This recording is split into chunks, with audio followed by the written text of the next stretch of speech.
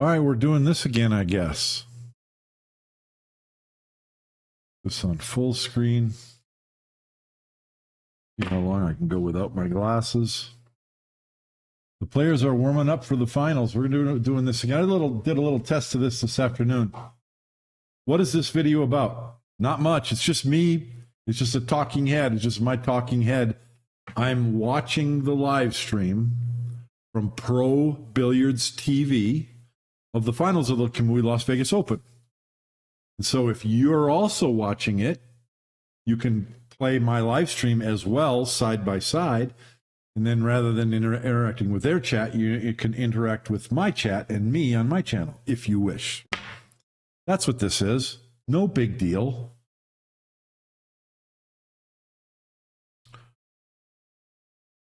Players are warming up right now, but they're not letting us. They got the logo in front, so we can't really see what they're doing. Usually they each get a couple of racks. The doubles just finished in the other room. The semifinals of the mixed doubles. So this is the finals. This tournament began over a week ago. No, it began 1 week ago, 7 days ago. Wednesday is when it started. And I won my first match. Yay! Then I lost. I got to play Naoki Oi, which was awesome. And I'm going to do a live stream Friday. And hopefully little Chris will be available and we can have a chat about that. Got a bunch of notes, things I learned, things I noticed, talk about my matches and the future of the channel and stuff like that. So we're just waiting for these guys to get going. There's only a few watchers here. We'll see if we pick up any more. I just want to sit here and talk about the match and see what comes out of my mouth. You never know. You never know what I'm going to say. But my focus is we're all trying to play better 10 ball. What can we learn? And sometimes you're not necessarily able to learn a ton from the top pros because they do things that we can't do. But I think we can learn a lot. And even if we can't do what they can do, we can still be impressed by it and enjoy it. So this is a race to 3 sets of race to 4. It's the best of 5 sets, races to 4 sets, races to 4 games per set. So it's really short races, but you got to win you got to win 3 out of 5. And if it gets to 3-3 in the final set, then they do a shootout where they shoot the spot shots. My commentary is probably a few seconds behind. In other words, I'll say, nice shot, but the shot happened 10 seconds earlier. But you can actually, if you care, you can actually go to that red progress bar on the video and just click a little bit behind on it, and it'll play the live stream slower for you and kind of sync it up with what I'm saying. And that's what I'll try to do. We'll just try. This is an experiment to see if anybody cares to watch this. But your chats, if you like to chat and you type things in on the YouTube chat from Pro Billiards TV, your chat gets lost and it just scrolls up in the screen. It disappears. But there's only a few people watching here, so if you want to talk, you can chat here and have a much more real-time conversation, including asking me questions, and I'll respond. So that's what this is about. Nothing too impressive. Just another way to watch it. If you have a TV and a computer or a side-by-side picture on your screen or 2 monitors, you can put the live stream up and put me up over there. Or you don't even have to have the video on. You can just turn the audio on from me if you don't want to listen to the commentators talk.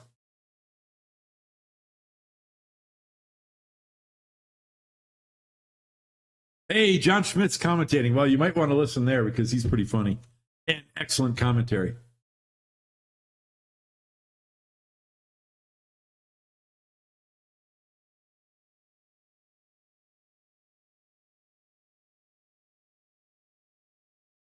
It's true, Dennis can.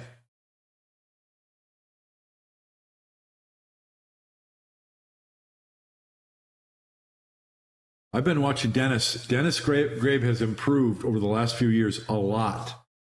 There's no surprise that he's in this position. But there's something else important I want to point out, and I'll mention in just a sec. I want to listen to them do the introduction.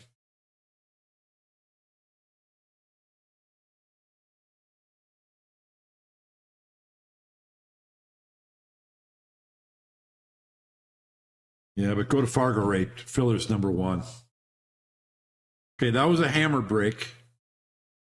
We saw a ball go in the side pocket, but it wasn't the traditional pop break. That was a hammer break from the side rail, which is what Filler's been doing. Well, so the head balls on the opposite side that he broke from headed for the side pocket. But Filler's number one. They're talking about, oh, he's ranked number 5 in the WPA and he's ranked lower in Matchroom. Yeah, go to the Fargo rate. He's number one. Has been for a long time.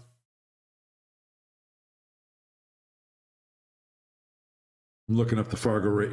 Oh, wait a minute. Why isn't Filler on the, oh, that's top 100 USA. Top 100 world. Fargo rate.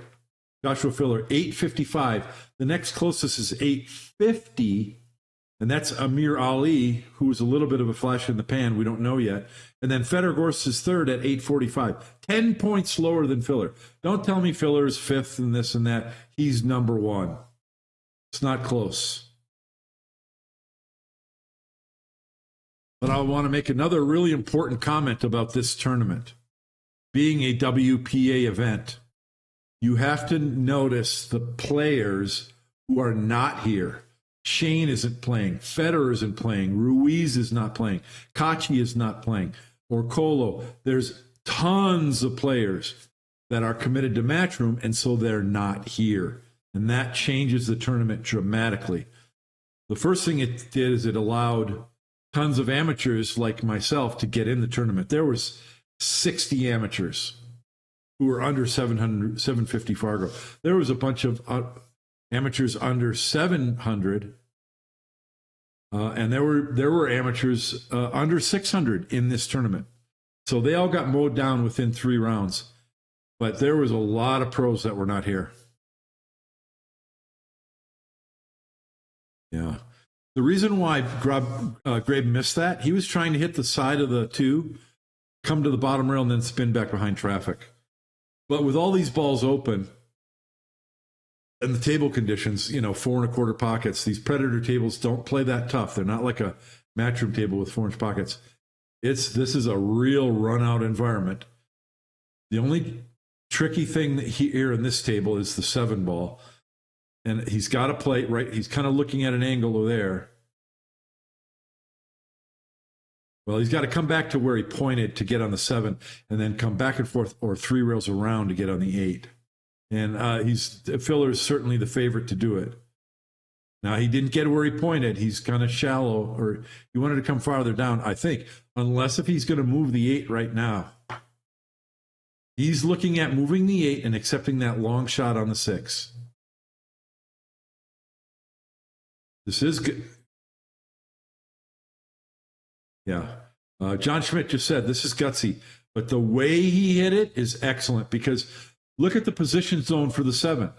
Only about 80% of the whole table. All he's got to do is make the 6 and come back across table to center table. That's all he's got to do. He might go forward, but it doesn't look like he's going forward. He might, though. Because you can roll forward. Yeah, see, he rolled forward while hitting the ball below center. So he didn't try to do anything with the cue ball. That was just make the ball. Because he had position. You don't have to worry about it. And when he knocked the 8 away, he didn't just randomly knock it away. He was playing it specifically to leave it close to the pocket so that he didn't have to play much position on the 7. Trust me, he thought that through. All right, there's not many people. Well, there's some viewers. We'll see. Give me a yell if you can hear me and if you like this.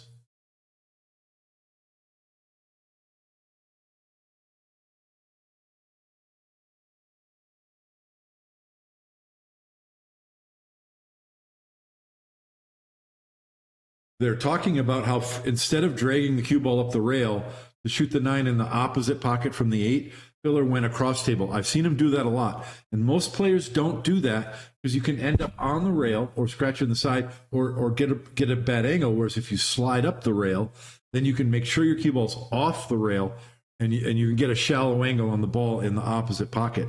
But I've seen Filler make this choice a lot. Been watching him a lot. And rather than dragging up the rail, he'll cross. I don't know. I'm going to have to think about that more. He's playing into the zone, is what he's doing, playing along the long axis of the position zone. Like I said, you risk getting on the rail, but he plays good speed control. It's an interesting choice. It's a real interesting choice. Now, he did this all during the match with Kazakis. He's left-handed. He's breaking from that rail, so he's got free motion of his left-handed cue, and he's not doing a pop break. He's doing a power break. So the one ball is going to head up to the left side, head up to Joshua Filler's right, and the 6 ball here is going to head for the side pocket. See? Now his cue ball went to the bottom rail. A lot of players, when they're doing that power break, their cue ball comes straight back and then curves to the rail where they broke from. That's what Shane has been doing for years and years. But his cue ball went straight to the rail. So what ball went in? Oh, a ball 6 went up. Instead of going the side, the 6 banked into the upper corner. So a little bit fortunate to pocket a ball there.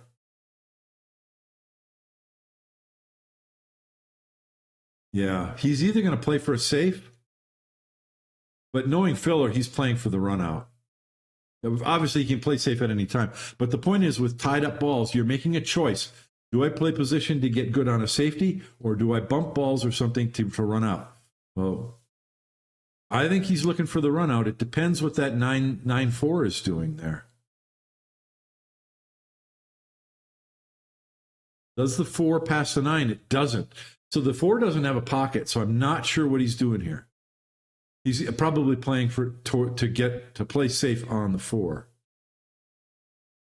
But he's planning it out right now. He can't do much but go forward on this 2 ball. And then play the 3 in the side.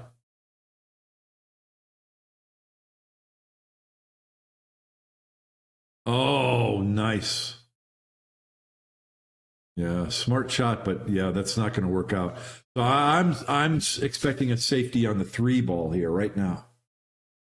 The reason is, even if your opponent hits the 3, even if your opponent kicks the 3 in, they probably won't run out because the 4's tied up. There's no reason to try some hero shot here where you're cutting the 3 ball through and coming around 3 rails trying to make the 4. I'm expecting a safety. Yeah, definitely safe. And he's not even trying to hide it. Yeah, he's fine. Because go ahead and bank the 3 ball in, Grabe. You're not going to run out. So this is what the way that the strategy that the players are playing these easier, in quote marks, easier tables. It's very much a control game. If there's a run out, you got to run out. If it's not, you got to control when your opponent might get a shot. Make sure they're not getting at the ball that's tied up. You're at least guaranteeing you're going to get back to the table. Worst case scenario, you're going to have a kick or a jump. In the worst case scenario. So that's what this is about.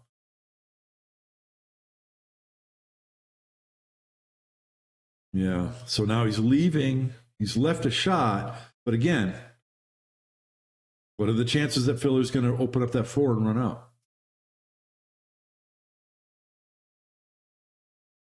He's looking at coming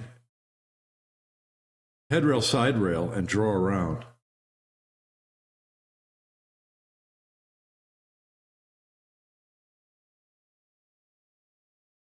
He's not settled yet. Still thinking about it. Hey, we got some comments. Let me go read those in just a second. I want to see what Filler does here. Okay, so just cinching the ball. So now he's got a safety. Definitely going to play it safe. And you want a safety where the cue ball is tight behind the 9, but he doesn't have that. He's going to have to move the cue ball somewhere. Probably behind the 10.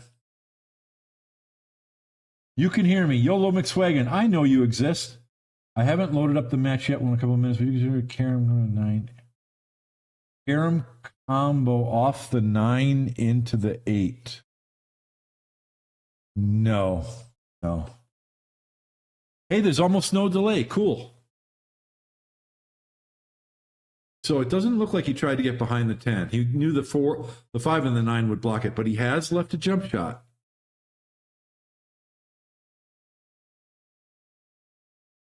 I mean, yeah.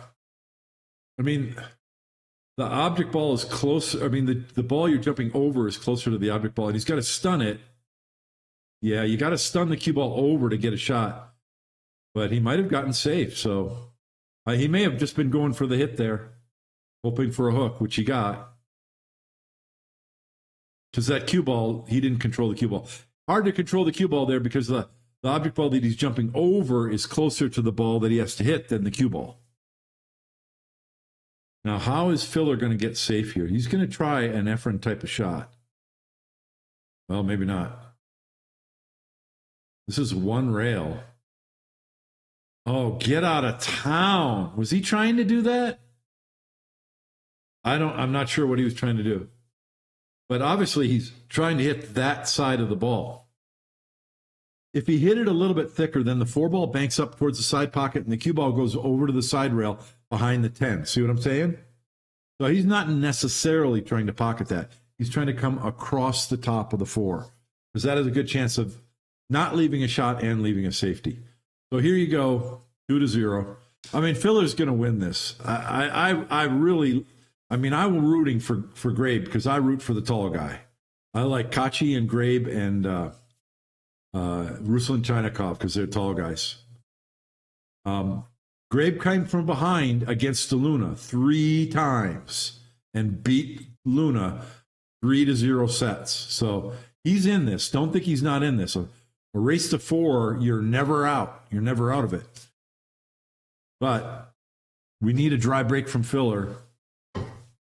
And he needs to be able to Grabe needs to win a game and try and get control of the table.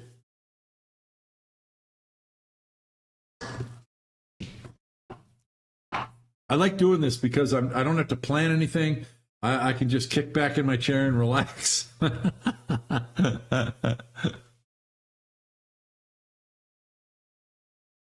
I'm glad there's almost no delay there. Is anyone else experiencing any delay, or is it pretty close?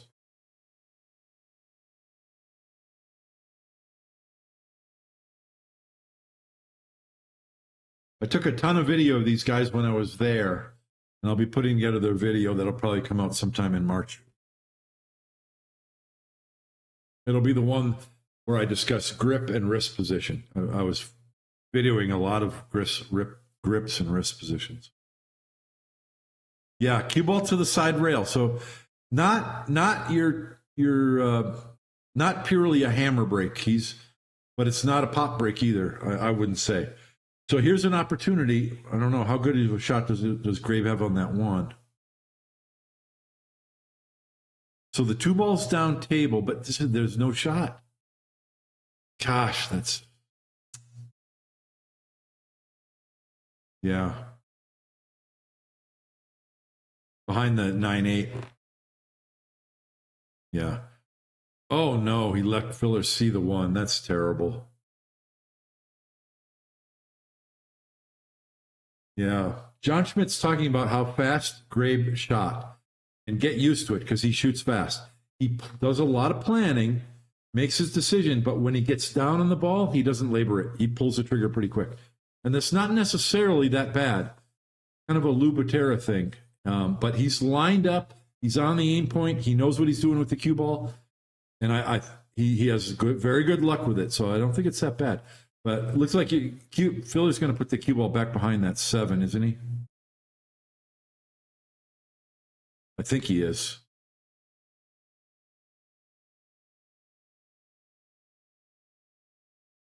He was trying to pocket that ball.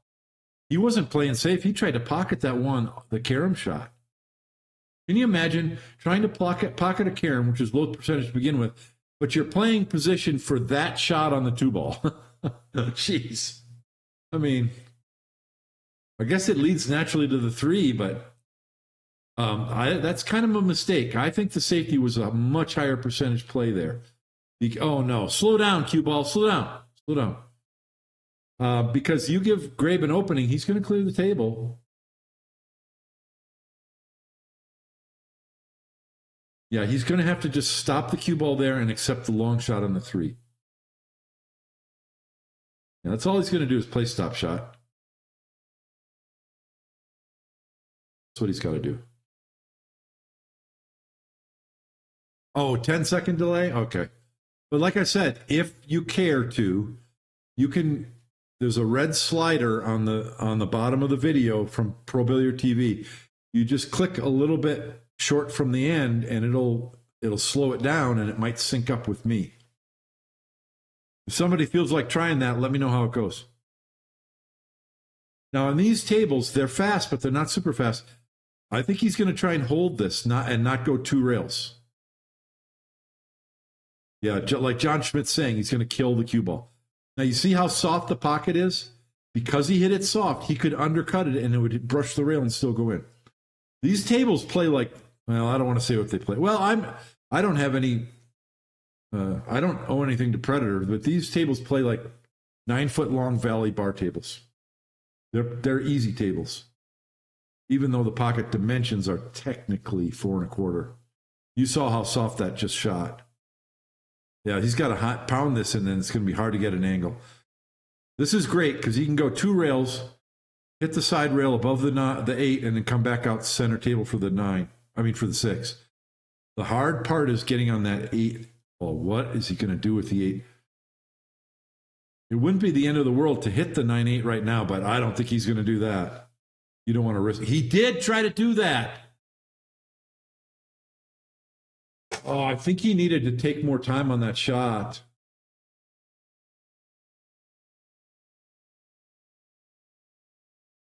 I think he was trying to hit the 9-8 to loosen him up.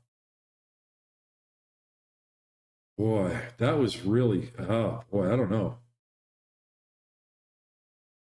You've got to play under more control. You can't go for wild stuff like that. And Filler got 2 straight on this 6 ball now. He's going to power draw this and spin down table. I think it's 4 1/4. Oh, no, he didn't. He just stayed on the short side. That's interesting because he's got to be playing for a safety now. He's just going to come above the 8, stop the cue ball on the backside of the 9, and run the 8 ball down by the 10, I think. Well, he didn't come up far enough. Does he think he can make the 8 in the side? He is. He's going to make the 8. It doesn't look like he can hit enough of this.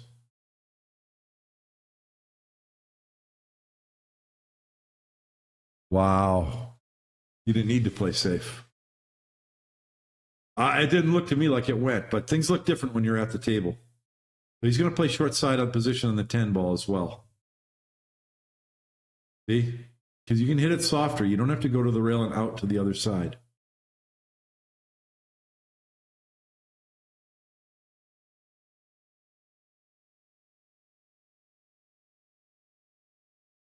It might have been nerves.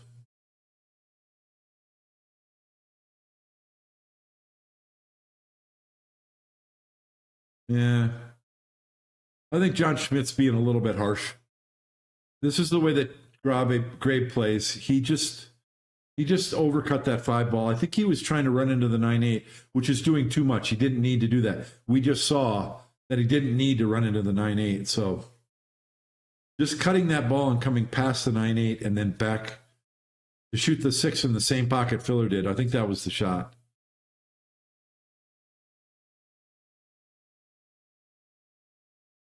Yeah, I'm not shocked at what Grabe hasn't had that many chances.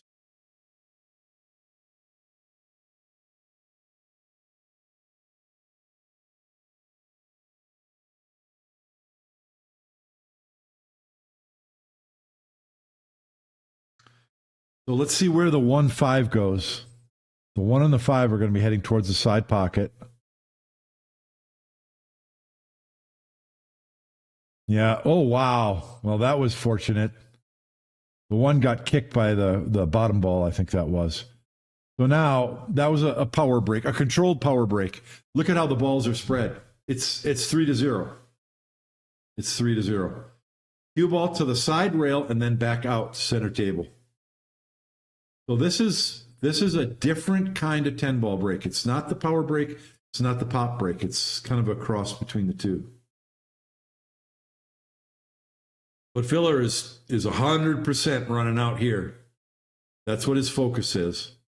What control there to go around that ball with inside English. I mean, look, people talk about how fast Filler shoots. Look at all the planning he just did. Once that cue ball went over there, he went over to the side. He wiped his hand on the cloth. He looked at the angle of the 5. He did a lot of planning. He's like 70% planning, then 10% setup and 20% on the shot. So this isn't a great angle. How do you get on the 6? Is he going to go 3 rails around? Watch this. Nope. He's just spun it with inside. So he's accepting that he's going to go back and forth. Actually, he doesn't have to go back and forth. He can just come out past the 9. So he's not going to do too much. He's just going to come above the 9, out to center table. Just like that. Well, he did come across.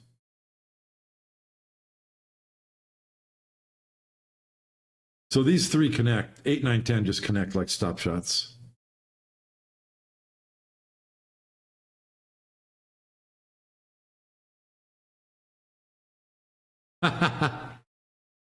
I got to agree with John Schmidt. He just said no living human has ever played better than this. And I was thinking about that earlier today. I was thinking about it when I was at the tournament. In the 90s, I wondered, how good would players get when the prize money got bigger? How good would we see them playing? I don't think you can play better than this, than what you're seeing right here. I don't think you can play better. How are you going to play better than this? The only way would be if you could break the balls at 40 miles an hour and stop the cue ball, and then you only have 4 or 5 balls left every rack. It's not possible. This is the best. This is the best you can play. And Filler is playing better than Federer Gorst. You can argue with me if you want. Filler is playing better than Federer Gorst. And the reason why I can say that, you might see similar results. Filler does it with less work. It's easier for him. He's trained to make it easier. Yes. That's a good way to say it, YOLO. Filler has broken the game on easy equipment. It's not the same on those 4-inch pockets that Matchroom sets up. But like I said, this is a 9-foot Valley bar table, and Filler is just going to run out and run out and run out and run out. He's just going to make you dizzy with how often he runs out. Oh, nice. It's got a nice order on my website. If you want a bridge mate or a rail mate, the old design is being sold out. Oh, nice. Very nice. I'll show you what I'm talking about. Let me grab them.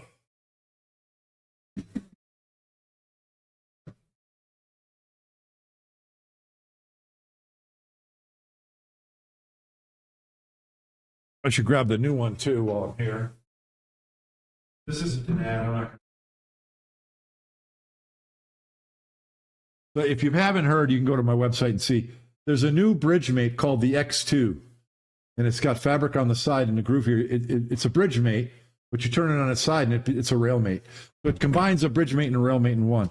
So I have some bridge mates and rail mates left, and they're on sale for $5 off. I have just a few of each in the blue and in the black. When these are sold out, they're gone. So they're $5 off. And then we'll just have the plus available. Just so you know. I think he plays that. There's a lot. Yes, he does. He played almost this good at 16 years old. He trains. What I said earlier is that Filler. Did somebody took a break? Oh yeah, he already won 4-0. Filler. I just compared Filler and Federer Gorst. Filler achieves the same results or better, easier. It's easier for him to shoot. He trains. Federer trains to make to do what he does. How am I trying to say this?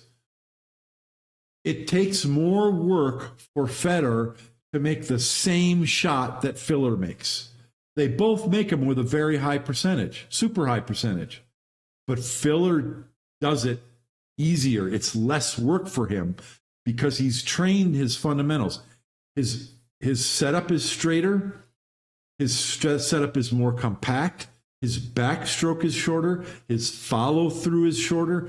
His shot entry is quicker because he's trained for all those things to happen quicker and easier. That's the reason why Federer's number one, Filler's number one, and Federer's number two. It's not about what you can do. It's also about how easy it is for you to do it.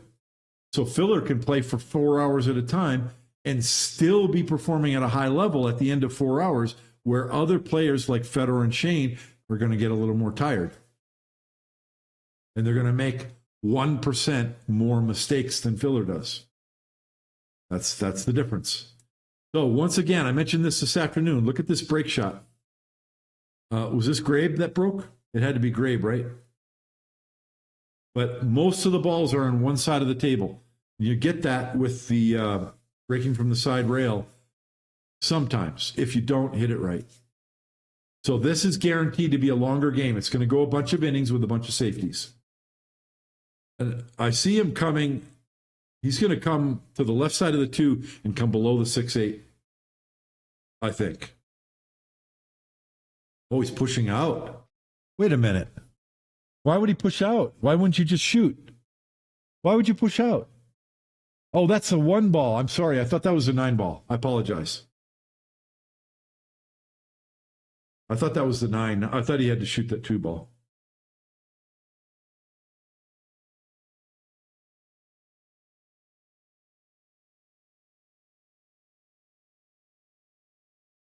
Okay, that's smart. Just get the cue ball down behind those. So now 1 ball has become loose from that cluster. The table just became a lot more runnable. So you got to be careful about what you leave. And Grabe has a shot at the 1. He has an opportunity to run out here. He's just got to float the cue ball across so he can see the 2 past the 4. And then the balls are all there, believe it or not. They are all there.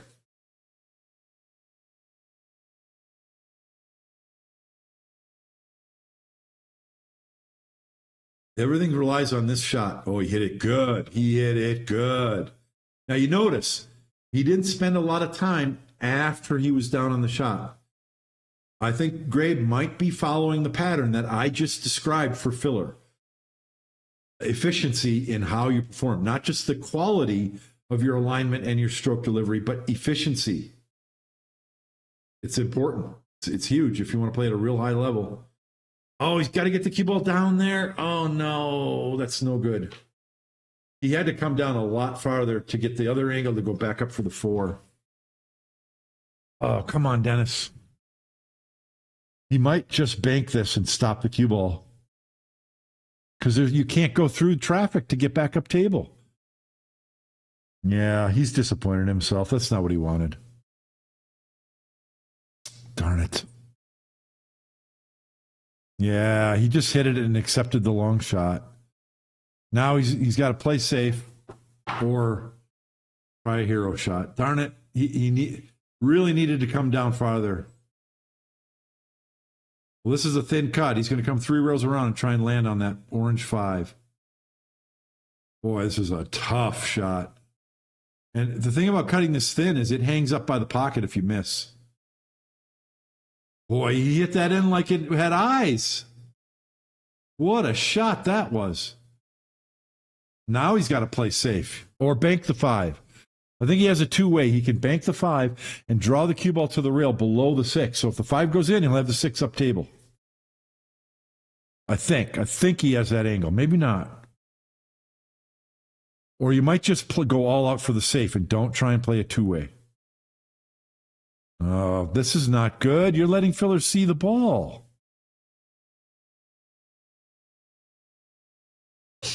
Yeah, optic blast. If you can hit that paw, just hit the little red dot on the progress bar, and it backs it up, and then you're synced up with my commentary. He needed to hide the cue ball there. John Schmidt's saying the same thing. He needed to hide the cue ball there. This is no good at all. Joshua's gonna take control back. He needed to hide the cue ball at the least. Joshua called a pocket, but I think he's playing safe. Oh my God. How are these guys cutting those balls in so thin? Wow. That's incredible. I can make that shot if you give me 5 tries. I mean, the thing about that shot is it's not a two-way because if you miss it, the ball's hanging in front of the pocket.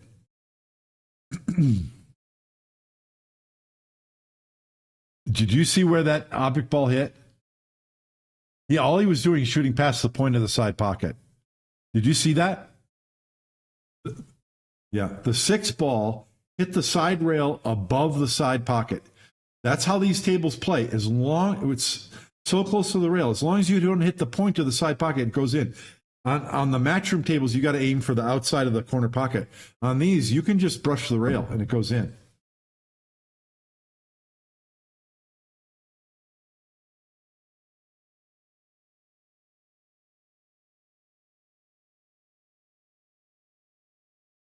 Yeah, that was Grabe's attempt. That was Grabe's opportunity to get into the match. You cannot be given those opportunities up. Even, I mean, he made a fantastic shot on that. Was it the 3 ball? But then you got to play a lockup safety. You can't let him. You can't let Filler see the ball. Even if Filler didn't have a cut shot, he would have an opportunity to hide the cue ball. You gotta hide it. You gotta make him kick or jump. You can't let him see it. This might be a short match.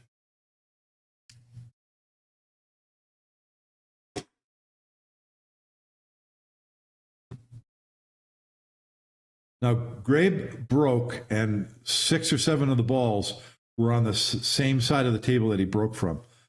So now Filler's going to do his semi-power break from the side rail. So we're watching it's the 1 and the 5 again. It's supposed to be random, but it's the 1 and the 5. And how many balls are going to be on the left side of the table when he's done? Yeah, so the 1 ball did not go in the side, but then it got kicked in the side. Yeah, so 3 balls on one side of the table and the other 5 are on this side. Or is it 6 balls? See how all those balls stay on that side of the table? But when you get them open wide like this, it's okay. It's 2-0. And I say that because the 2 ball's right there for the 3, and the 6 goes in the side. So it's 2-0 now.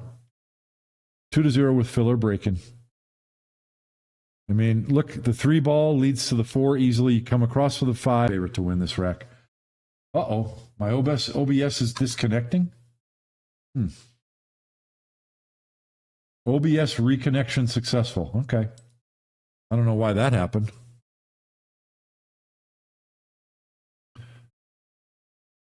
So he got his extension. Look at the length of this bridge. His bridge hand, yeah, he's going to use the mechanical bridge. He had like a 3-foot long bridge there. That wasn't any good. But the position is automatic here. I mean, it's just easy.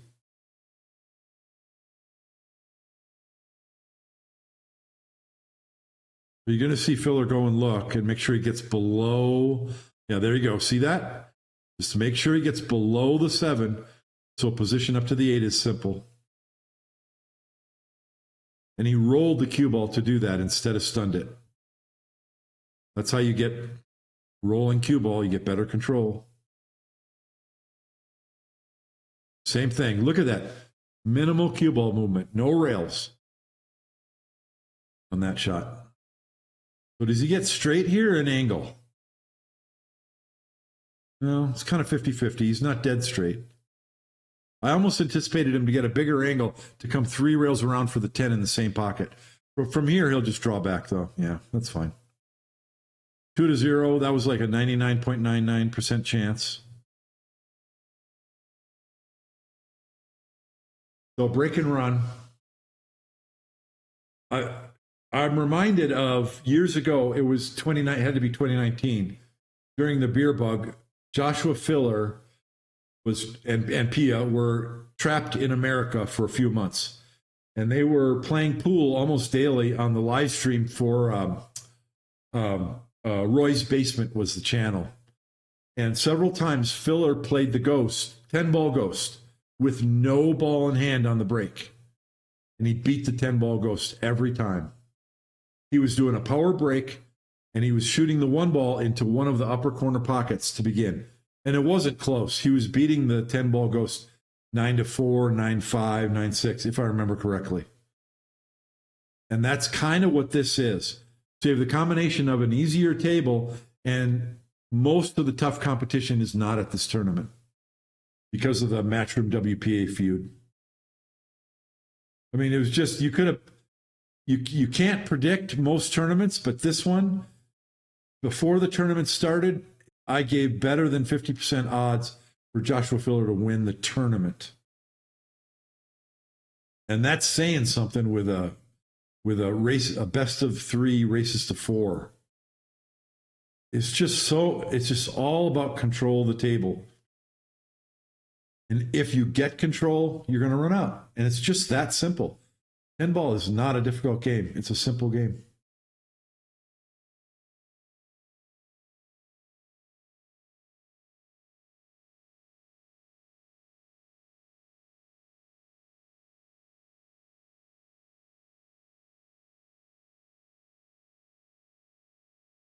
And in this run here, we have the he's got to go from the 5 down to the 6 and then back up to the 7. But the 8, 9, 10 are all on the same end of the table. So it's 100% run out again.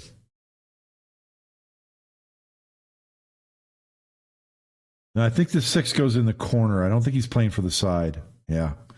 Notice an angle. He didn't try to get straight in on that 6 because now you bump the rail, you come across table, and then you have an angle on the 7. That's how you play rotation.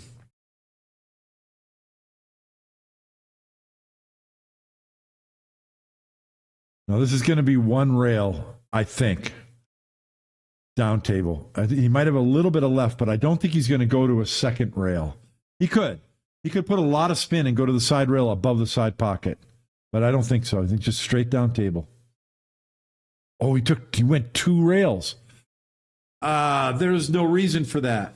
Because if you land above the shot line to the 8, you're 2 rails out of the corner straight at the 9 in the side. There's no reason to go 2 rails there. He's showing off. I think he's showing off. I don't think there was any reason to go 2 rails there. But it doesn't matter. It was 100% he was going to run out. There's just no doubt.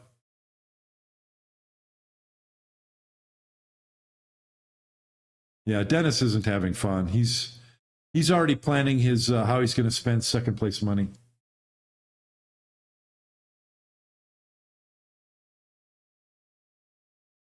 That's how I play the ghost. Feel in tournaments, least that way. The wreck, something happens, and not easy shot prepared for it. Yeah. Yep.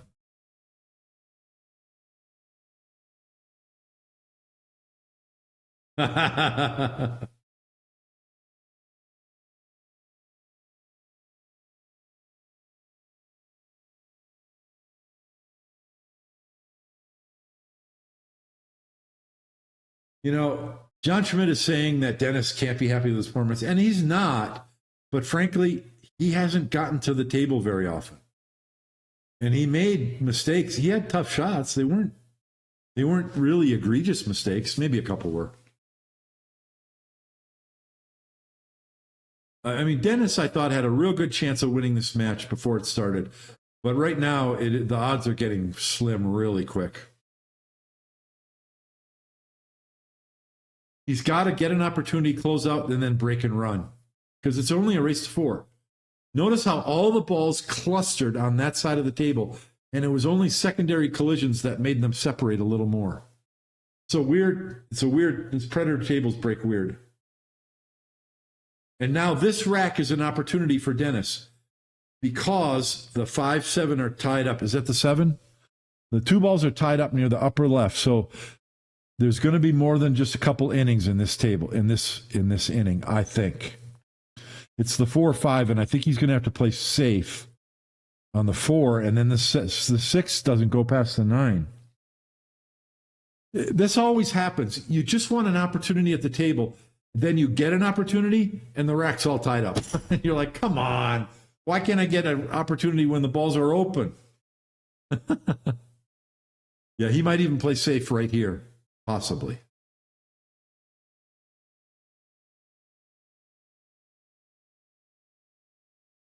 You know, the really aggressive shot here would be the 3 off the 9 and the cue ball into the 5. It's almost a trick shot, and it's really unwarranted. But he might be feeling like he's got to.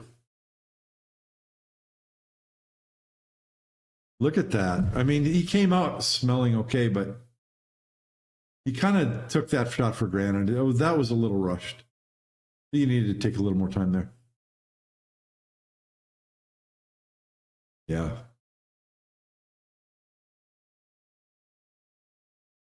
Yeah.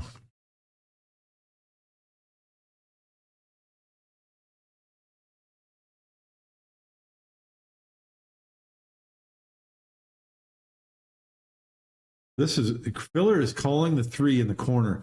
He's got to kick the cue ball and spin it without hitting the 10 or the 7. What a tough shot this is.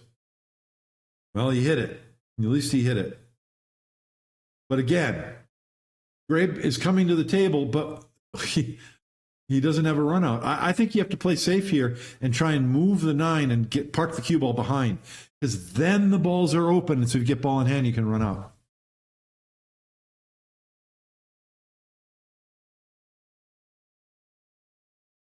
Well, he's going for it. He's going to try and run out right now. If he comes behind the 9, he could get a shot on that 4. See, he took a little more time there. Oh, he did not get rewarded. Oh. I mean, he's just really, it has been a little bit, he has not been fortunate. I mean, if he had an open shot on the 4, Dennis is clearing the table. There's just no question. He's going to kick behind the 4 to try and stick the cue ball in the 8. Oh, no, he's going for the bank shot. Nice shot, Dennis. Now he might get himself in this match. He was behind 3-1 twice against De Luna, and he beat him. He won 4-3 both times. So don't think he can't get there. He can.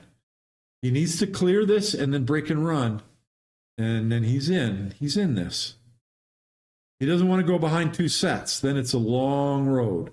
But if he can get 1-1 in sets, oh, come on, Dennis. A little harder, a little harder. That's not good. He's got to play a little better speed control, because now he's got to go around the bottom of the table 3 rails.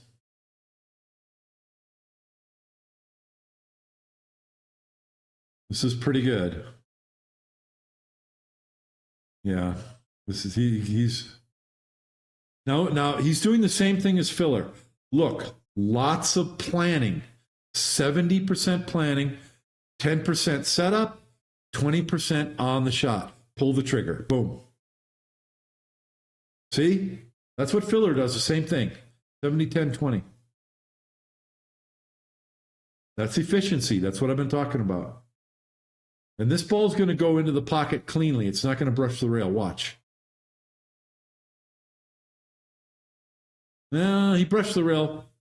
He brushed the rail, but it was pretty far down there. Now, a break and run here. Going to make it close. He doesn't have to break and run. You just have to not scratch. It's about controlling the table. Obviously, the best way to control the table is to break and run. But don't scratch, make a ball, play safe, and you can win the game as well. Rotation games are pretty simple strategy. No, I don't think he's tilting a lot. What do you guys think? Is Dennis Grabe, is he tilting? Is he kind of, I don't think so. I think he's 100% in this. He knows that these races to 4 turn on a dime. He knows that. Filler won the first set. So what? He can win 3. He can go to 3-2. He can win 3 outright. He can go 3-2 and win in a shootout. I don't think he's tilting at all. This is the way he plays.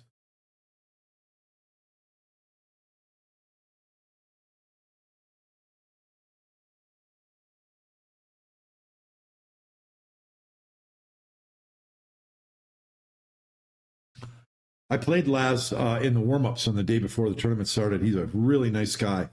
Really cool guy. Watch for Laz Martinez coming up. You're going to see more of him. He is dedicated to the game, and he's a fantastic player. I'll talk more about him. Better make a note of that. I'll talk more about him on my live stream Friday where I talk about the tournament. Let me make a note. I got to talk about that. Where's my notes on that? Where is it? He's got a shot on the one, and all the balls are open.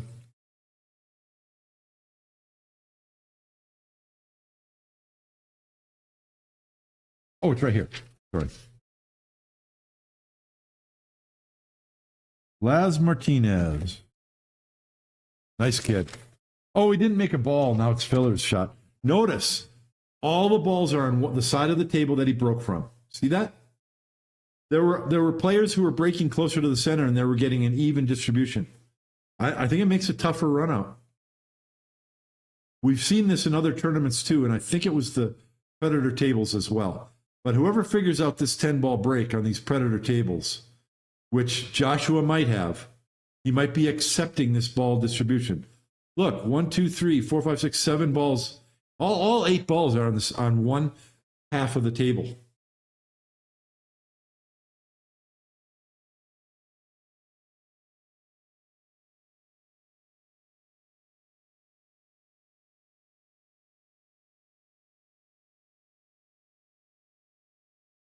There's a little out of line here. It looked like he was planning for the 5 in the corner. He is. Now that's smart play. How many of you, myself included, would play for that 5 in the side? And what happens is you get the wrong angle, and now your cue ball has to travel more. He specifically played for the 5 in the corner because no matter what angle he'd get, he'd have a slight angle, he can hold it for the 6. And that's because you need an angle on the 6 to go back up for the 7.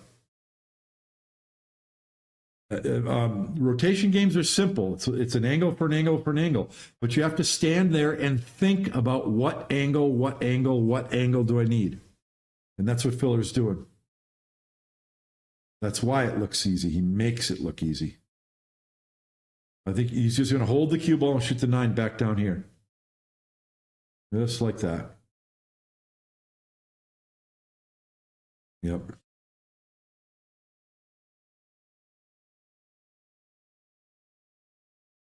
Notice how much time he took on the setup. So that was not a 70-10-20. That was 50-20-30 or something. Because of the shot. You wanted to make sure you shoot that 9 ball past the point of the side pocket and closer to the point of the corner pocket. So now Dennis has a really long road. He's got to win the next 2 sets and then probably go to a shootout. So I thought this was going to be over quick if Filler got going, which is what happened.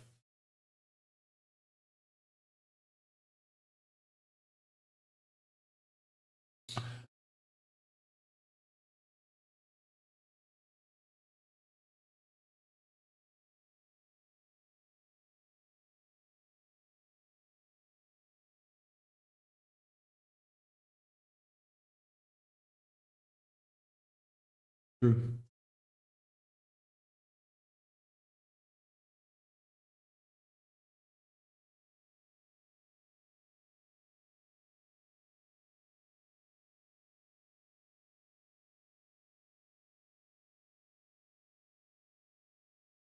Are you guys listening to the commentary? Hear what John Schmidt just said?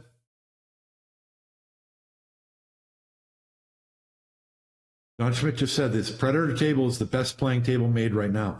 That's saying something when you've got Diamonds, Rassans, and Brunswicks that all play good.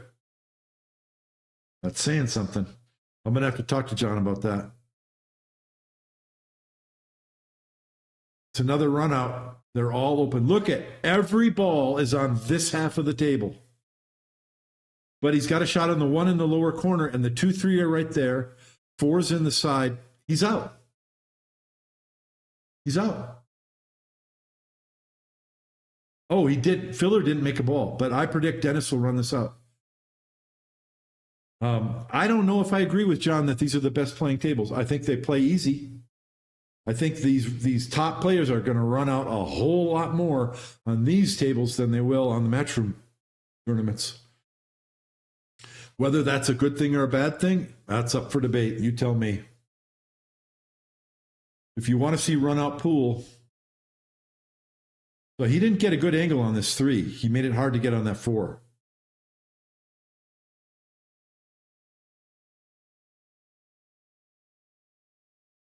Wow, he made it just past that 8. So he's out now.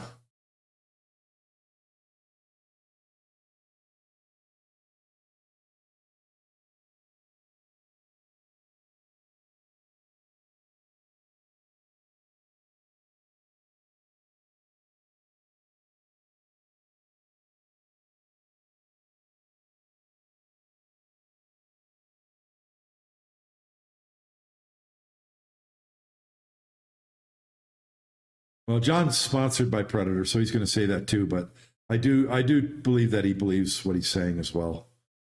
Good, it's a good table. It just plays easy. Well, and part of the reason why it plays easy is the cloth is new. Like any table, when the cloth break gets worn in, the pockets won't play as soft. I'm getting new cloth on my table. You're going to see some soft pockets for about a month until it gets worn in. Now, this is not a good angle. This is tough. He played the cue ball out of position here. I think he can hold it though.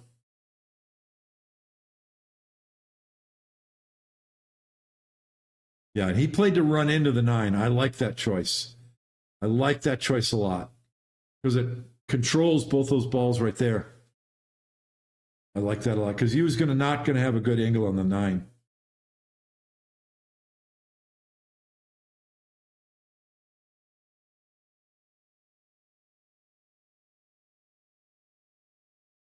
I like that. Didn't go to the rail. Didn't need to. Keep that cue ball off the rail. All right, 2 to 0.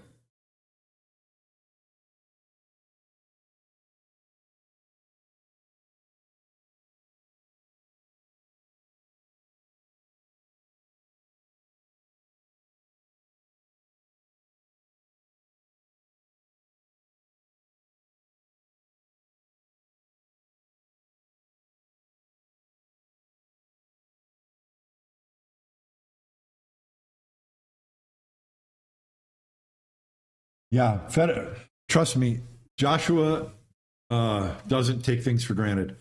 He practiced breaking on, well, he's played on the Predator tables plenty before, but when he got to the tournament last Tuesday, he broke balls and experimented to see, just to make sure that he knew what he wanted to do.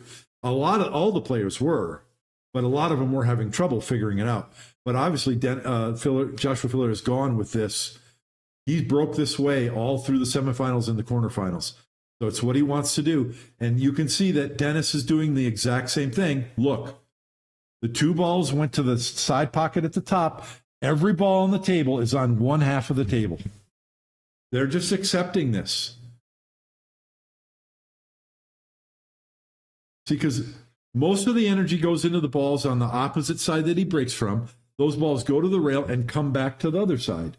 And the other balls stay on that side. Look at how they're all clustered on one side of the table. But they're accepting it. They're playing. They are playing specifically to do that. They know that the balls, if they hit them with the right speed, are going to open up. And both of them are sending the cue ball to the side rail at the rack end of the table. Some of the players were doing the power break where the cue ball comes straight back from the head ball and then curves to the side rail above the side pocket. You notice that they didn't make it to the semifinals or the quarterfinals. So this is the break that these players think is best for these Predator tables. And it's not the way they're going to break in on other brand tables. Nice little shot. He didn't quite get the position he wanted. I think he needed to work a little harder, but he's got a tough shot in the 4. But if he makes it, he's going to be ahead. Excuse me, I thought Grabe was ahead 2 to 0. He's only had 1 to 0. Yeah, I agree with what John's saying. Nope. No, he just went all out to make it. Now, do you play the 6 in the side or the corner? Given the angle he has, I like the side. But I wouldn't be surprised if he plays the corner. Yeah, corner. The reason is less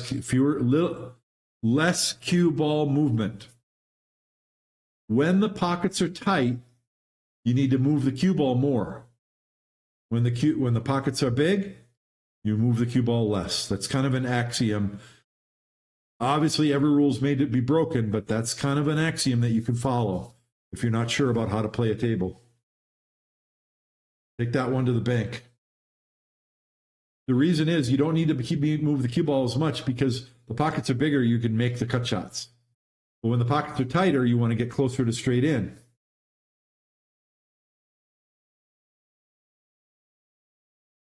So he doesn't have a good angle here, but he just wants to make sure he makes that ball. He'll just come straight up one rail, I believe. And you don't need to come all the way up table. Just past the side pockets a little bit is all you need. And he needed to take. Now look where the cue ball's going. I just said you don't need the cue ball up there. He didn't need to move the cue ball. The cue ball can stop right there. Yeah, that's the match. He's not going to come back from that. Oh, and the cue ball scratched even. Yeah, he didn't need to do that. See how much angle Joshua has? He doesn't even need that. He needs half as much angle, and he's fine.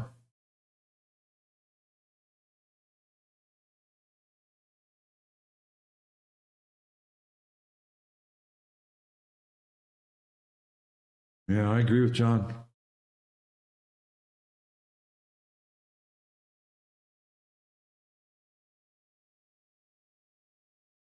Yeah.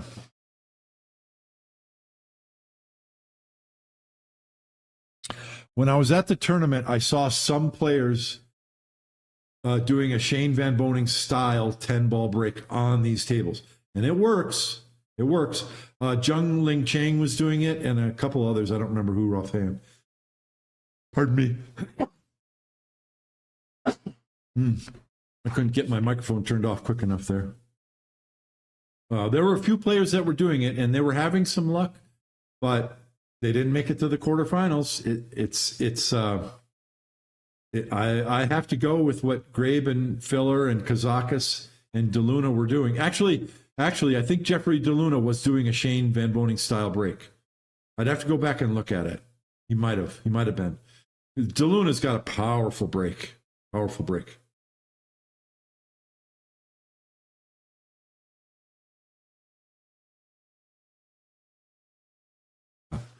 Filler just dominated this tournament.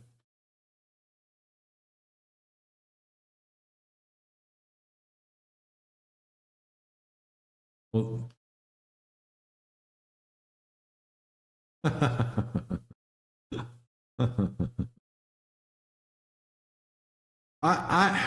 they're saying Dennis is.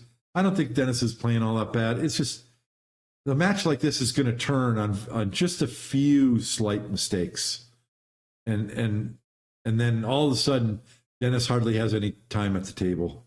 He hasn't played all that bad. Look at all the balls clustered on one side of the table. I don't think that was a tight rack. Watch them come apart. Maybe.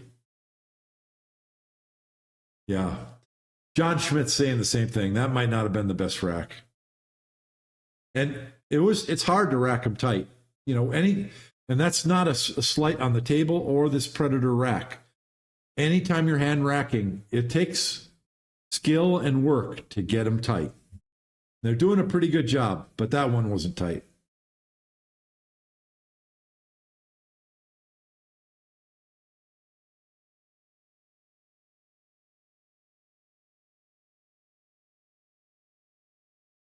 No, he's not trying to hit this, is he?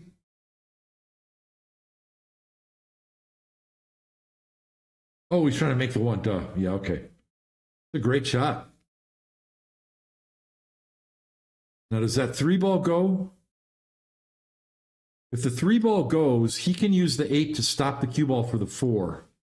And I tell you what, it does go. He's going to have to brush the rail going in, but it can go. Now, he just looked at the 3 ball in the other corner. He might be drawing the cue ball all the way back up table past that side pocket. That's a tricky shot. And this is because all the balls are clustered on one side of the table.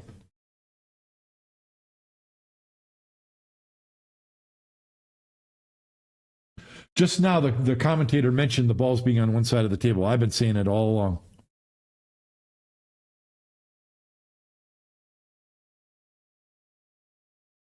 Oh, Dennis. He didn't get either position. He didn't commit. He's got an easy safety. He'll leave the cue ball behind this. He'll leave the 3 ball behind the 6 and put the cue ball across. The right where he's pointing is where the cue ball is going to go.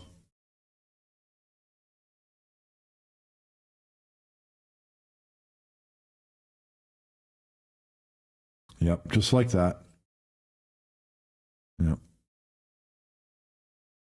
But that was a messed up opportunity. He either needed to draw the cue ball past the 3 or bounce out to shoot the 3 past the 6, and he didn't get either.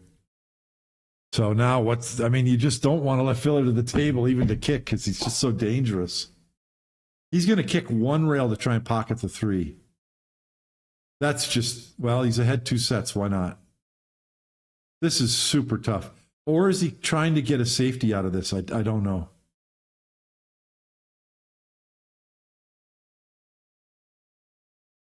But to kick this, not hit the 9. Oh my God, almost. He was trying to pocket that ball and he left a shot or a safety. Tough shot.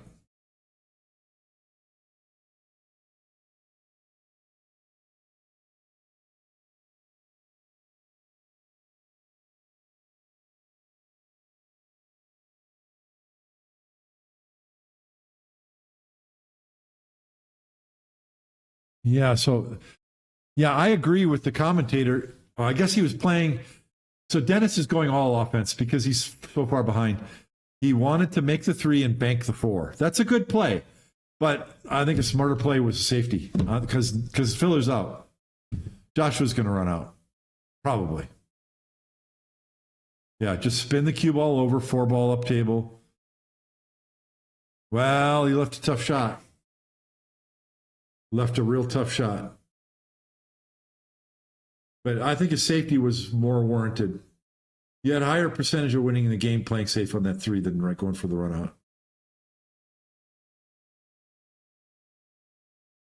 out. What a tough shot this is. But I think Filler is a favorite. He's above 50% on this. No, he missed it. All right, Dennis, you have had 2 reprieves this rack. You got to really bear down and decide to get ahead 2-1, and then you're breaking to go ahead 3-1. Come on, Dennis. Don't you love rooting for the underdog? I like rooting for the tall player. Look at his alignment on that overhead shot. It's really good. It's not easy. Well, now he's got an angle to come around between the 6 and the 8. But boy, the position is not guaranteed here. This is tough.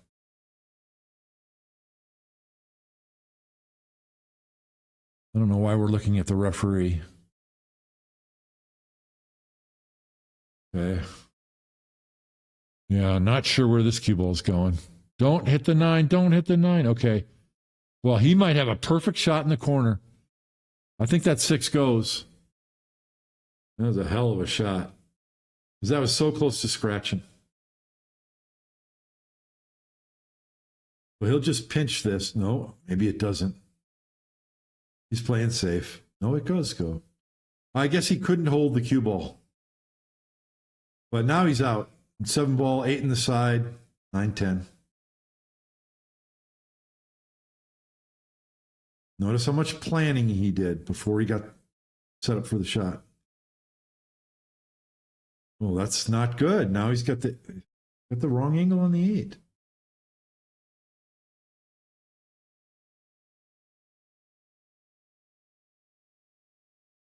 Yeah.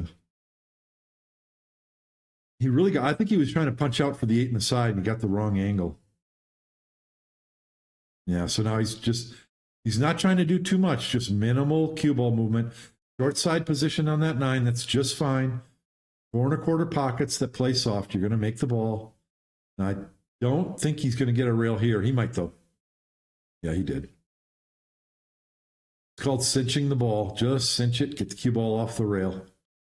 Notice he's not down on the shot yet. 70% planning. Then you get down and make sure you make it. That's how you make your pressure shots.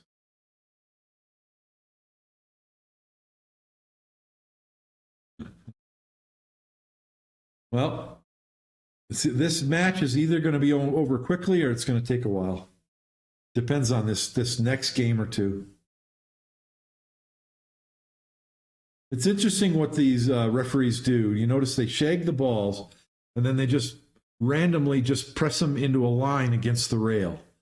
And then they pull the 1 and the 10 out, and then they just grab the balls from the outside of the line, and they always place them in the same position to create a random rack.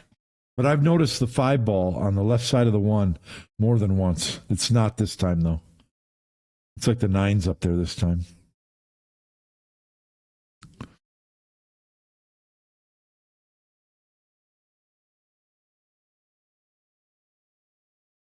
I'm trying to lean forward and see where the balls are. So is that the 9 ball?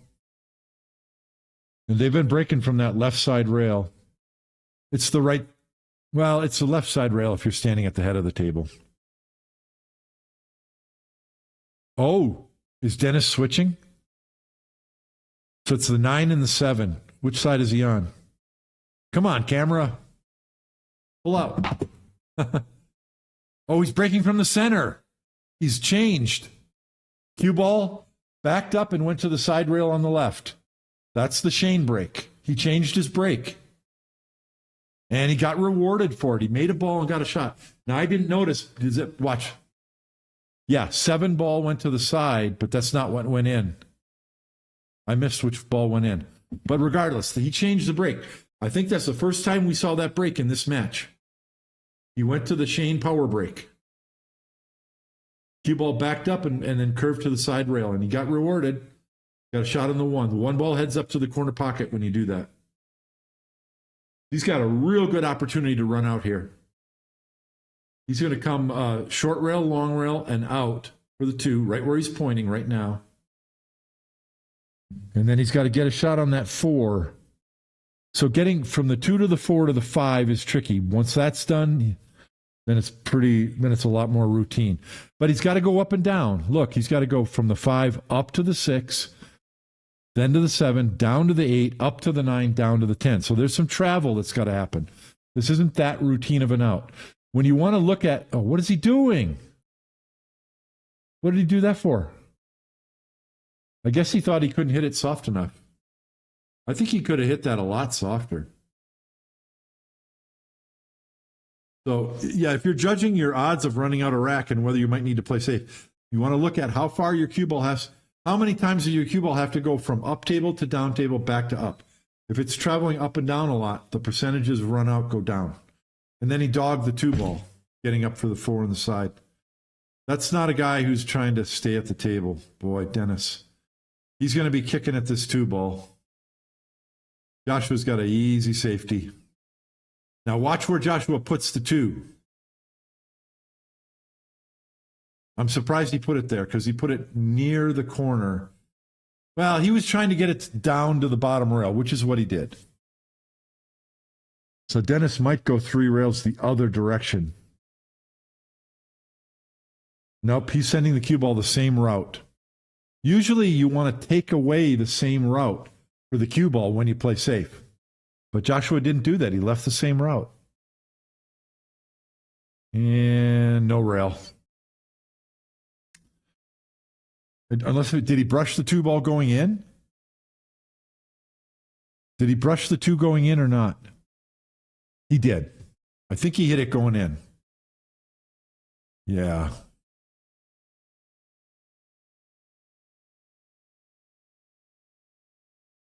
So Joshua's got to play another safety. I think Joshua was trying to play a better safe. I think he was trying to take away the same route and get the two ball farther down on the bottom rail. Then Dennis would have had a much harder time kicking at it. Well, Dennis has got to have a hard time kicking at this one. I'll tell you that. How in the world are you going to hit this ball? I don't see I don't see a difficult path to hit this ball. Does he got to do a masse shot? Does he have a jump? Oh, we can hit the edge of it. Never mind. Well, that game's over. Joshua's going to cut the two ball and draw the cue ball across. Yeah. I'm not sure where he's going with the cue ball, though.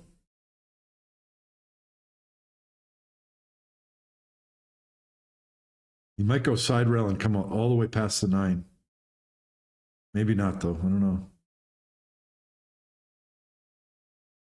Wow, nice hold. Nope, he didn't do it. He tried to finesse hold it, and he didn't hold it. He could have drawn that more and had more of an angle on the 4, but he didn't. Wow, he hooked himself. Amazing.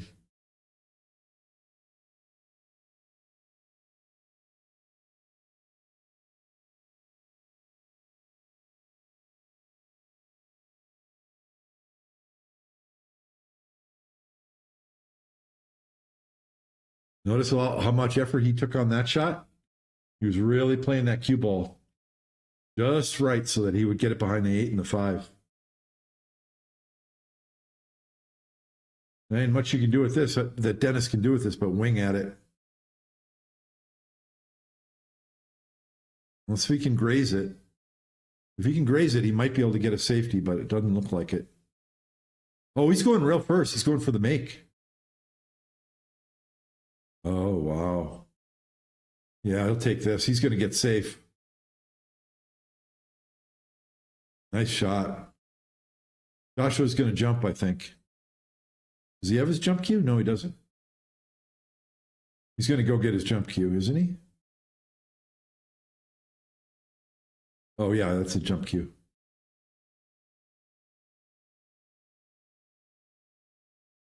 Gold jump cue. A little thin. Well, left a tough shot, but it does have natural position. You go side rail, and you're going to be able to cut that 5 in.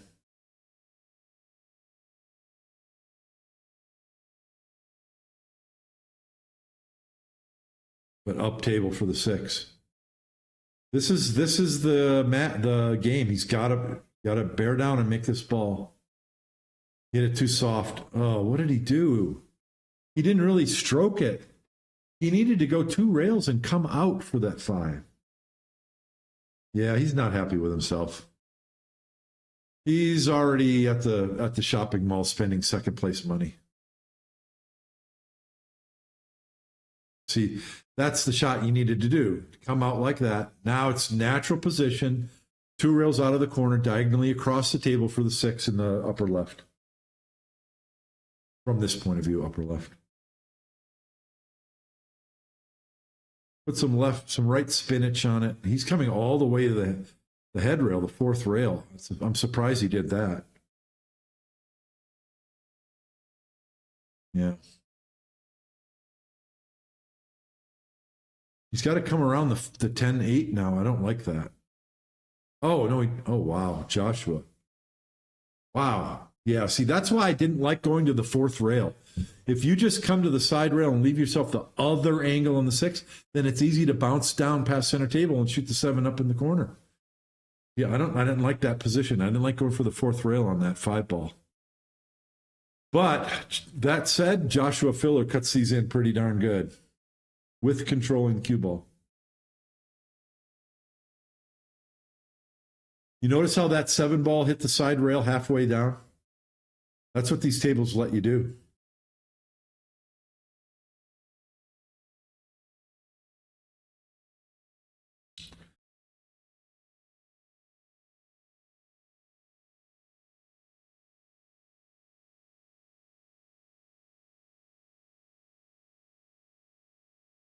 He tried to go off the 10. I'm not sure why. That was not good.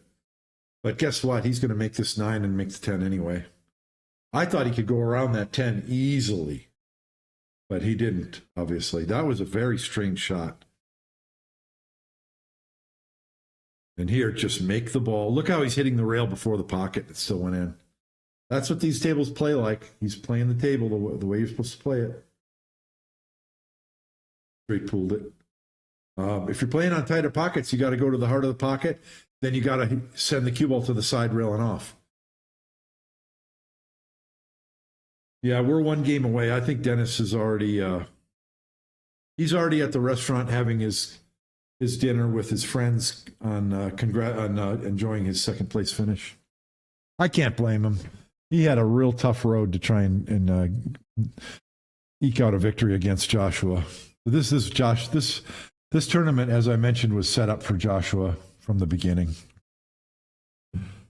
Great tournament. Hey guys, Friday night, look on my channel, Shortstop on Pool. Friday night, I'm going to do a live stream. I'll be playing some video clips and talking about the tournament and talking about players and things I learned and answering your questions.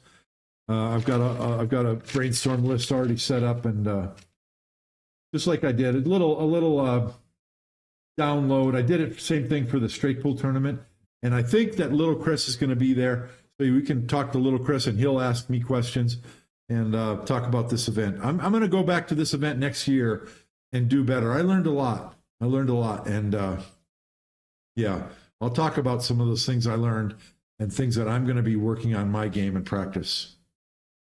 I got to play Naoki Oi, and then I played Chip Compton in my 2 matches that I lost.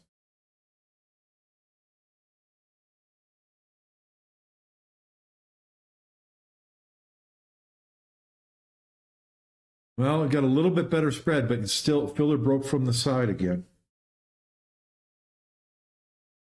A lot of these games, there weren't a lot of break and runs in this tournament. And maybe that's by design. Matchroom is doing the same thing. Matchroom has created rules to try and make a more competitive match with fewer runouts from the break. That's why they're doing those tight pockets and the super fast clock. And I think these tables kind of do the same thing, but in a different way. Boy, what a safety that was. 2 rails that floated in behind that 9. What a shot. So what it means is safety play and kicking and jumping is more important on these tables. It makes for a more interesting match because you don't see as many break and run outs, which you're not going to see as many in 10 ball versus 9 ball anyway. Uh-oh. If not for the 7 ball, Dennis has an easy road here. But the 7 ball is tricky. Well, he might get the right angle. He can get an angle to cut the 7 to his left and bounce out for the 8, even though it's close. So the tricky part of this one is the 3 ball. Oh no, he's going to shoot the 110 combo. Get out of town, Dennis. No, he's calling the 110 combo. I don't think this is right. I think you shoot the 1, 2. You play an angle on the 2 to play the 3 ball up past the 9, or to come up and bump the 4. Yeah, he's already at the restaurant. He's deciding how he wants his steak cooked.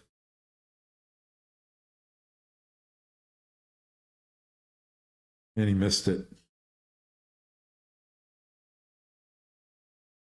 That's kind of funny, but I don't blame Dennis one bit. Because he's behind in sets and he's behind in games on this set. I don't blame him. Joshua's going to do the same thing. Joshua's going to go for the 9 ball. The 1-9 combo. Probably. I would be surprised if Joshua plays safe here.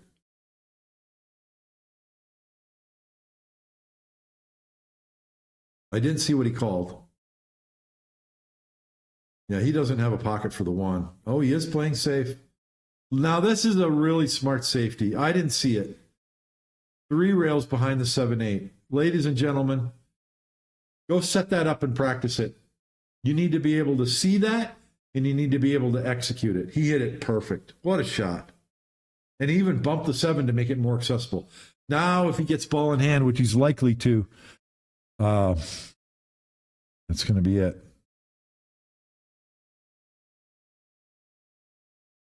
Yeah, this is really tough.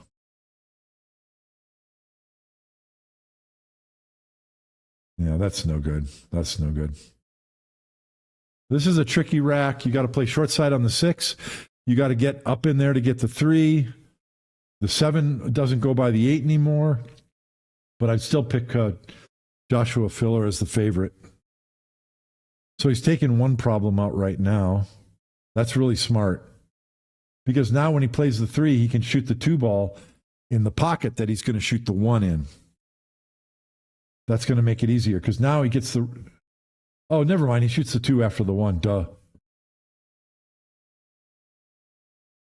Yeah, this gives him the angle to go over there and play the 3 where he up table. See that? That's what I said earlier. He's going to spin the cue ball over with a lot of right English. Shoot the 3 ball up past the 9. That way, it just takes any of that. Ooh, yeah, he did good. That takes all the question marks out. Trying to play some weird thing between the 3 and the 4 or bumping the 4 just takes that out of the equation. And I think the 4 ball can go in the same pocket as the 3. He doesn't have to, though. He can go forward. Yeah, he can go forward here. Yeah, so now he's got the right angle. Now he can draw back for the 5 in the side, and then he'll go to the rail past the 8, head rail, and then down to shoot the 6 in the opposite corner from the 9. Oh, never mind what I just said. I thought that was the 5 ball. The colors are weird on the overhead camera compared to the other one. I would say yes. The 9-footer does not feel as plasticky as the 7-footer, but it still has that weird sound. When the ball goes in the pocket, it sounds like you dropped it into a bushel basket. See how that 7 ball looks like a 5 on the overhead camera? Same thing happens on my cameras here. It's weird. I don't know. But yes, these tables do feel better quality than the 7-foots. I don't know why, but they do. Yeah, Dennis he's already gone. I got to congratulate Dennis, though. He had a good tournament. I watched him play earlier last week. I watched him play on, Friday, Saturday, and he was playing good. Trust me. He didn't get to the finals here on accident. Oh, what are they playing? Oh, they're playing a 2024 recap. Interesting. Well, that's cool.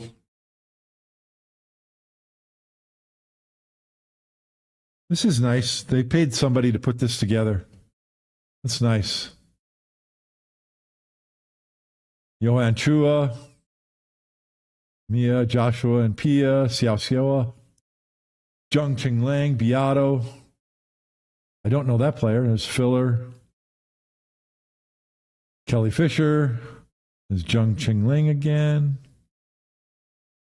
A couple of juniors, Fedor. Christina with her head in her hands. I think that was when she won the world championship and she was so overcome with emotion, she just put her head in her hands for a sec there. Beato, remember Beato's win? Christina's win.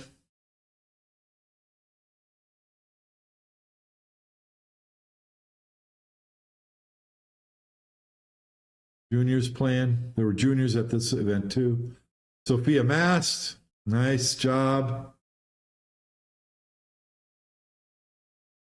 Is Filler going to scream when he wins this tournament tonight? Or is he going to jump on the table? I vote no, he's not going to jump on the table. And he'll give a little scream, but not a big one. Just a little, yeah, just like that. What do you guys think? Each level, what fire rating do you think translates to TPA? I don't know what TPA is. Tell me what TPA is. Is that leagues?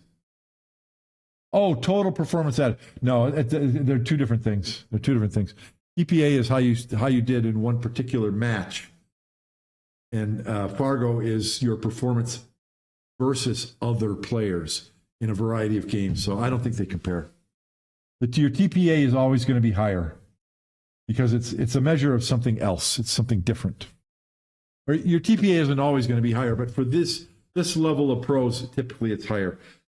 It's not it's apples and oranges.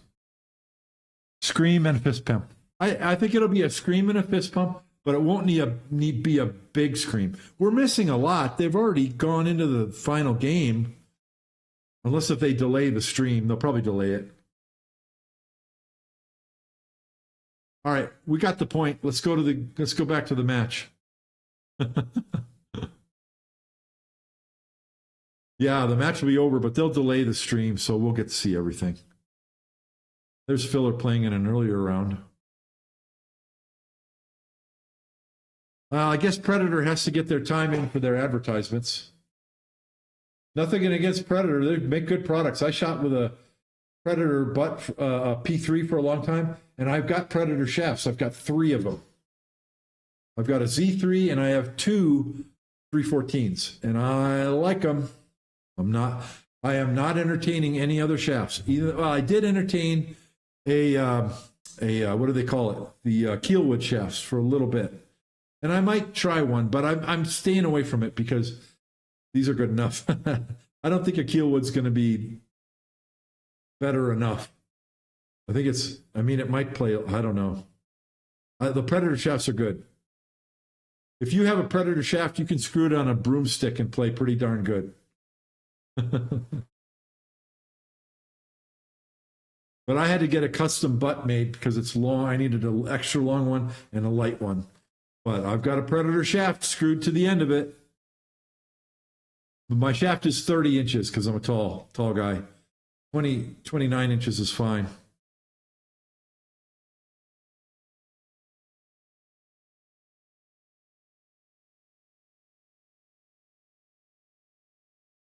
All right, I'm ready. Come on, guys. Let's get this over with. Let's go.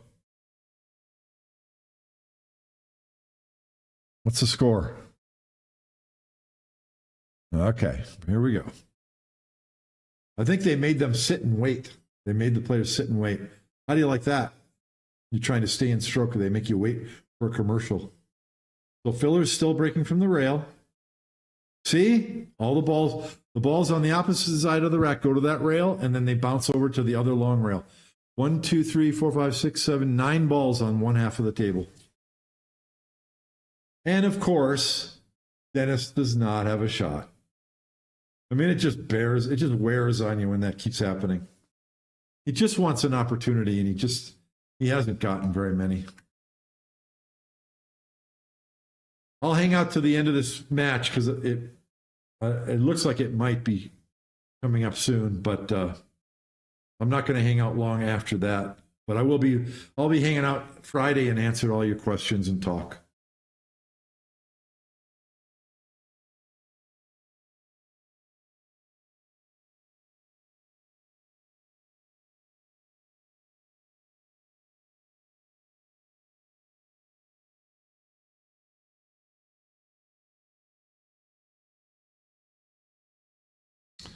He's pushing out. I like this, but I think Joshua's going to kick and stick. I'm almost positive you're going to see a kick and stick here from Joshua. Just sitting too good for it. But look, he's thinking about it. When I say kick and stick, I'm talking about him going to the side rail, not the head rail. Yeah, see, he's looking at it. He's planning exactly where he needs to hit it. And he's actually going to not stick the cue ball. The cue ball is going to go forward a little to hide behind that 4. See that? See how it went forward? It was more than just a stick. That was an extremely well-planned safety and executed. All right, Dennis, this might be your last shot. Oh, yeah, they might. I'm not going to stick around for the interview. When it's over, I'm gonna end the live stream, just so you know.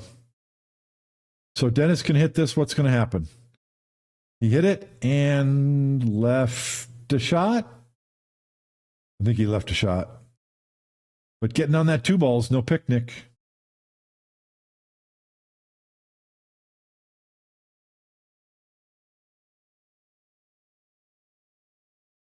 Yep, it's true.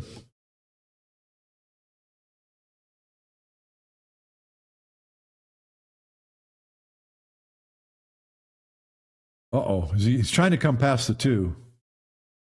He didn't get there. He's got a bank shot down in the lower corner by the 3, but I don't think he's going to go for it. Did he call it? No, he's cutting this in. Watch him slow down the cue ball. He missed. Don't get safe behind the 3, Joshua. Let Dennis have another shot.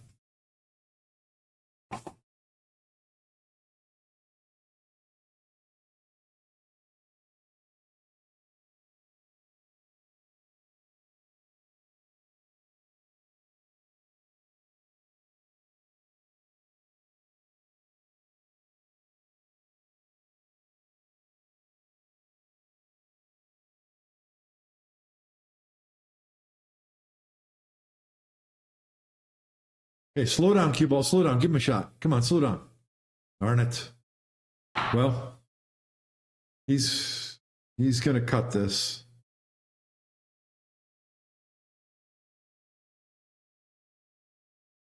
John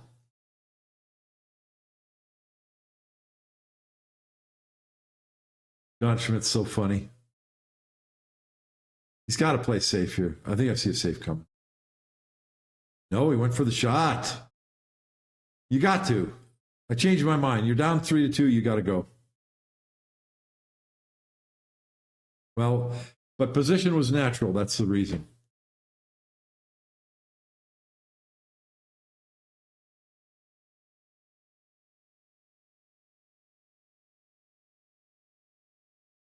Good shot. Good shot. It can be tricky to control the cue ball when the object ball is so close to the pocket like this 5. So let's see what he does. He's probably just going to draw back. Center table, 1 rail. Just like that. See, it's hard to control. You don't want to zing it and have it come too far. So this is a tester. If he makes the 6, he's a favorite, but this is a tester. You don't want to do too much with the cue ball. Just make the ball. Yeah, like that. Good job. Now he's going to go to the side rail, below the side pocket, and then just make sure he comes out to get an angle on the 8. John, yeah, he's nervous. John's talking about his body motion. He didn't move till after the shot was over, but there was some nerves there that made him jump. You don't want to do it because you'll start jumping before you hit the cue ball, and then you're just lost. So do you go side pocket here? I tell you what, lately I've been seeing a lot of the top players go to the side pocket on this 9 instead of the corner.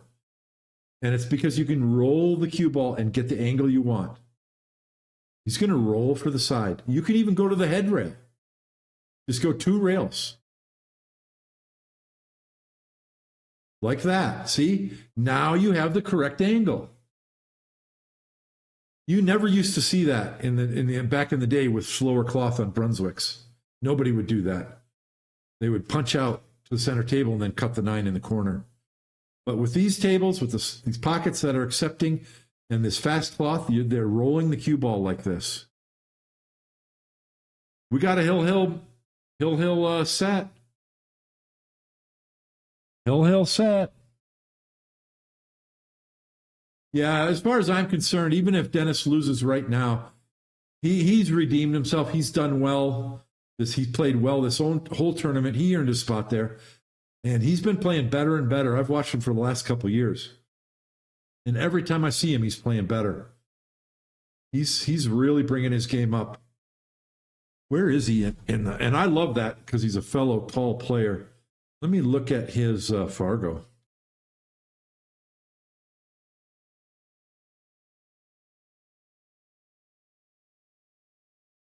He's not in the top 20 yet. He is above 800, I think. Isn't he?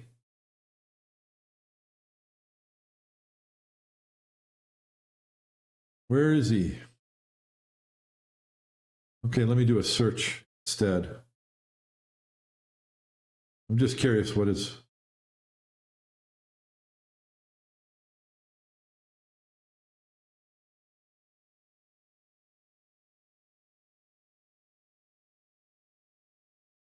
It says no matching players found. Why is he not in the Fargo ratings? Who knows what's going on there? Somebody look up Dennis and see if he shows up on yours. It's Grabe, right?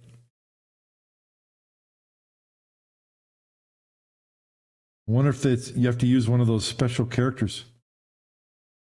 Where's he? Okay, now Dennis has gone back to the rail from the head of. I'm surprised that he's doing that because he got a good result from the center.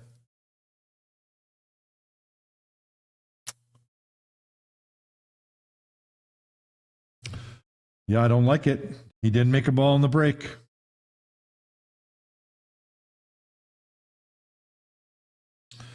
Let me look again. Top 100 world. Joshua Federer, Ruiz, Shane. Dennis Orcolo, but no Dennis Grabe. I don't know why he's not on this list. He should be. Who knows why he's not there? All right, no, I give up. He's an 801. Only one N. Thank you, Logic. That's what it is. I thought it was two N's. There he is, one N from Estonia, 801. He's been climbing. He's over 800, so now he's making a push for 810, I guarantee you. This is a tough shot. How do you play safe on this one ball? Because your cue ball is going to hit the two. It's really tough to hit that one ball thin enough to go past the two and get the cue ball up table. It's what he's trying. I think it's what he's going to try. You got to be careful because that one ball moves to the side. You might leave a carom or a combination on the 10, and you sure don't want to do that.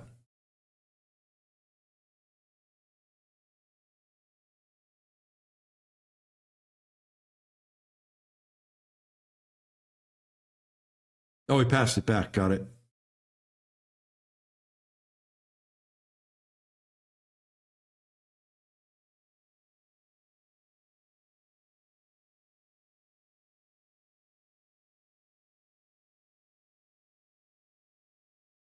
Okay, so he's not even going up table. He just hits it soft. He might have left it. I think Dennis can go for the 110 combo. It's on if he wants to try it. I don't think it's that smart, and it's going to be hard to get the cue ball safe. Yeah, he's going to kick it. This is a smart shot. Nice. Dennis can win this set, guys. I mean, it's still a tricky run up because the 8's kind of blocked and the 2 ball's blocked. But you can get an angle to cut the 8 in the side and bump the 9 towards the corner.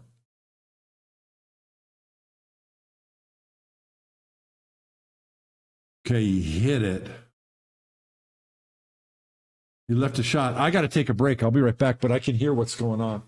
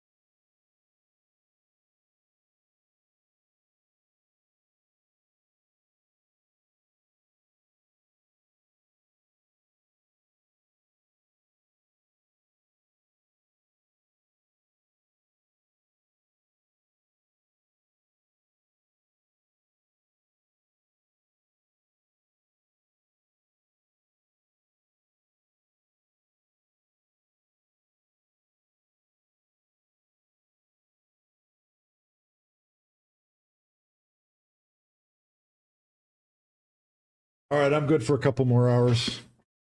We can let's get this match go hill and a shootout. I guess the 4 goes by that 5.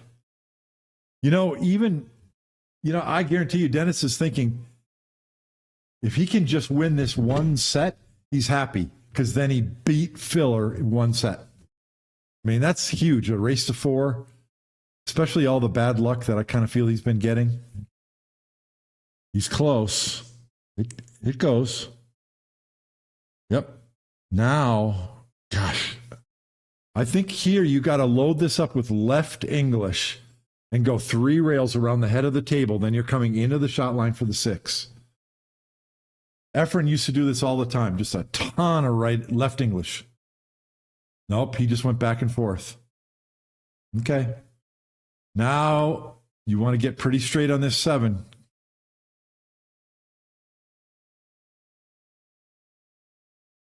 I disagree with what John Schmidt's saying. We'll see who's right. I think he can cut that 8 in the side and bump the 9 towards the corner, but he might not. He can also play short side on that 8 ball. Because if you get an angle on this 7 to cut the 7, that's what he's doing. He's either going to run into him or he's going to play it with speed control and play short side position. What would you do? Now he's looking at my shot, the 8 in the side. But if you're going to do that, you should have gotten straighter on the 7. I tell you what, right here, I like playing short side position. You just go head rail, side rail. You're going to have a shot on the 8 in the corner or the side. And then you don't have to flirt with bumping those balls. What would you do? Yeah, he's playing my shot. Now he can bump the 9 towards the corner pocket. He could bank the 8 if he wanted to as well. Though I don't think he'll bank it.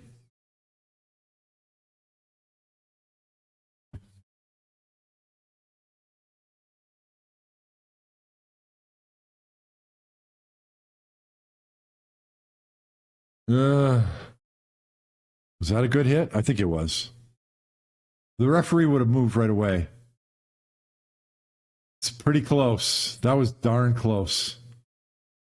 But the referee hasn't called it, so it's a good hit as far as anyone's concerned.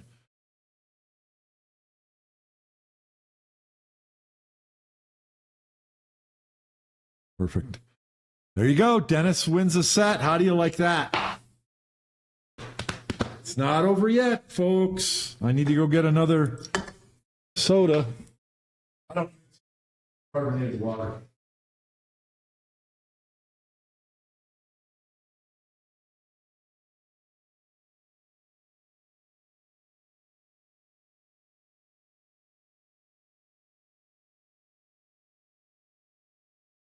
I agree with what John Schmidt just said. That'd take a lot of heart, given all the bad luck that I think he's had. But he bore down and ran out to win that set.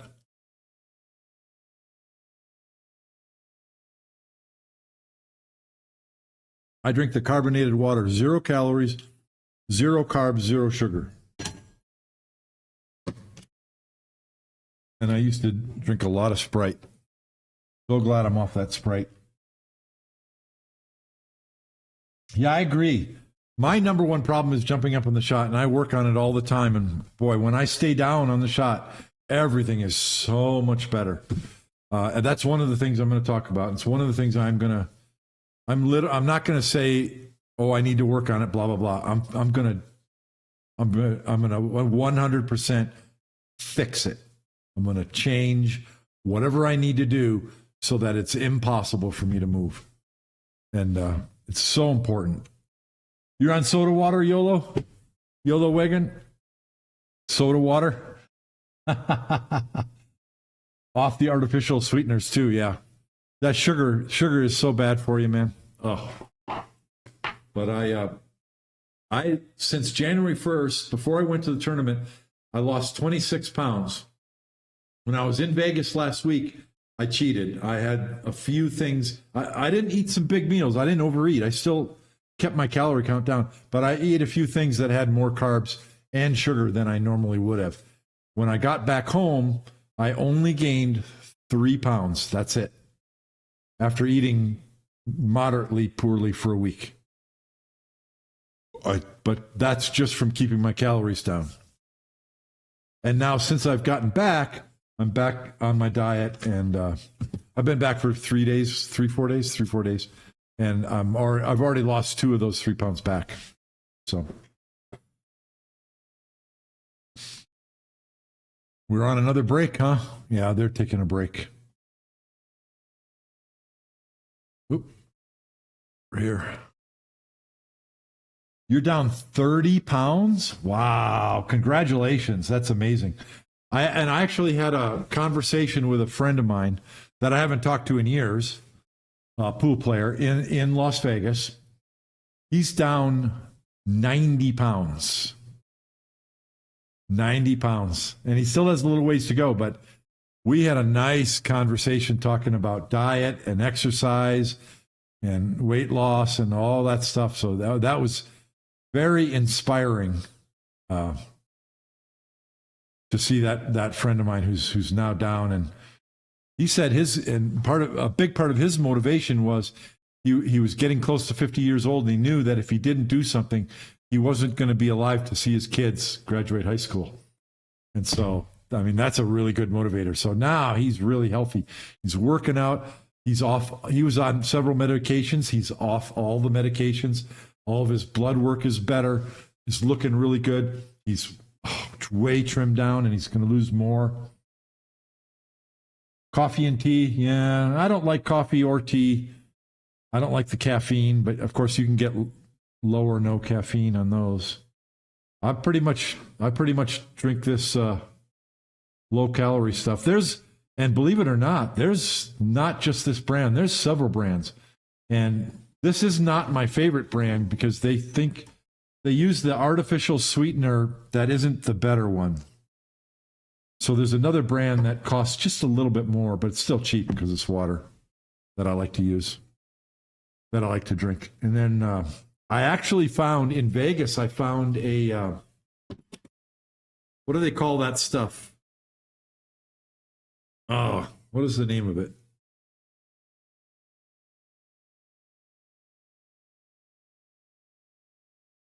I can't remember what it is. It's that fermented drink, but it has too much.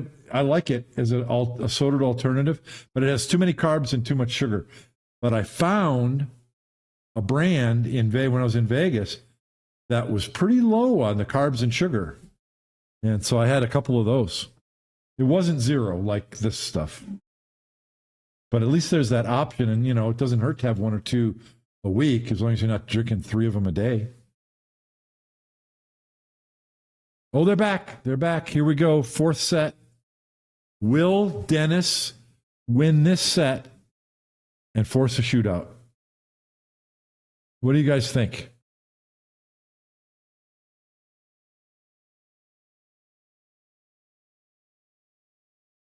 It's got a thin cut, but it's hard to control for that 4.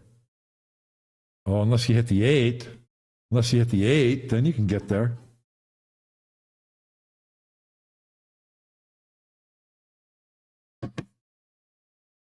Yeah, he's smiling. He's smiling because he's enjoying it. Because he's got nothing to lose. Everybody thinks Filler's going to win. He can just get out there and play. In a way, it's less pressure. I think he's got to shoot both of these in the side. Oh, he's going to bank the 5. Okay, that's a good choice.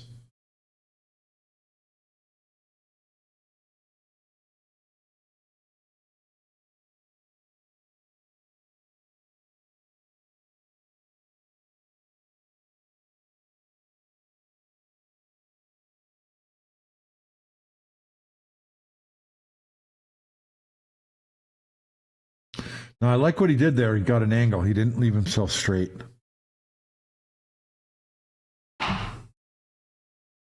I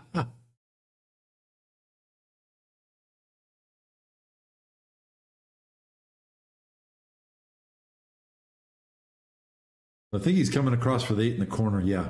And the reason, yeah, so that plays easily from the 8 to the 9 doing this. Well, he got too much angle, though.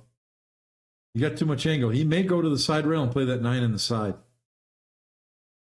He looks like he thinks he can hold the cue ball where he just pointed.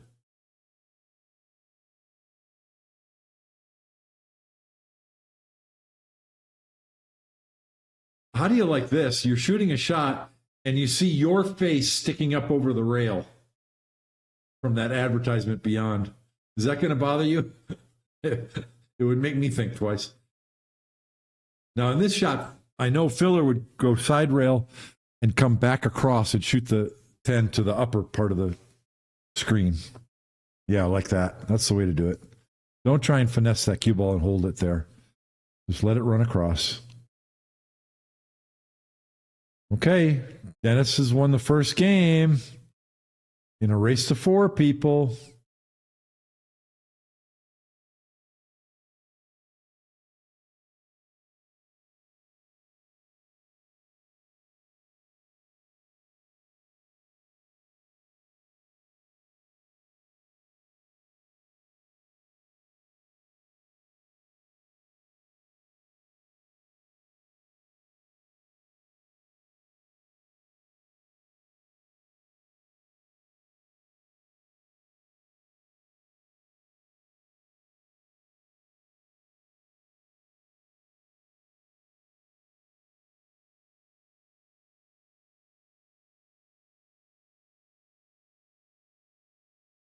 I have to imagine Filler losing a shootout. That's true. I don't know if he's missed one.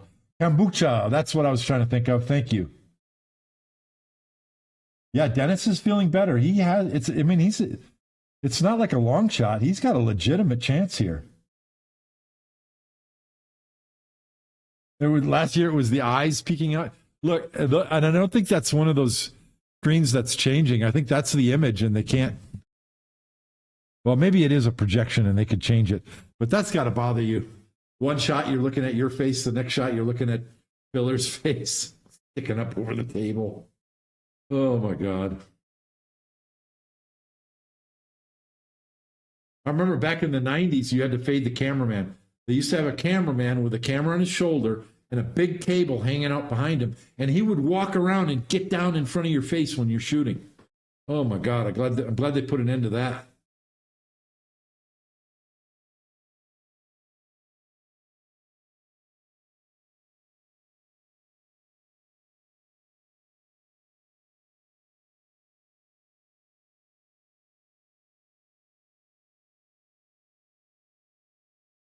Yeah, this is a tough position here.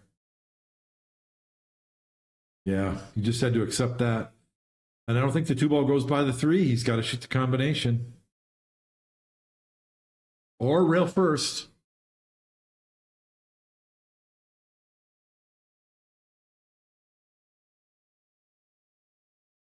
Problem with rail first is you don't know where the 3's going.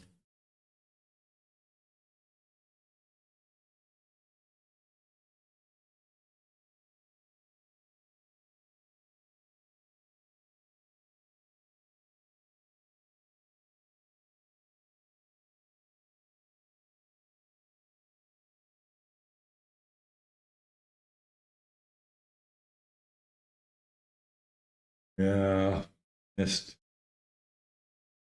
He's Joshua's going to lock him up.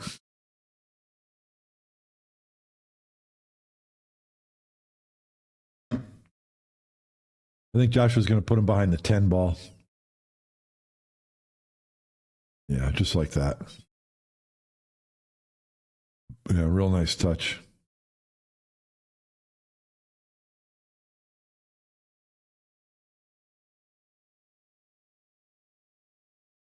Dennis can go 2 rails or one rail at this 2 ball, but it's tough either way. It's a small ball hanging out in the middle of the table.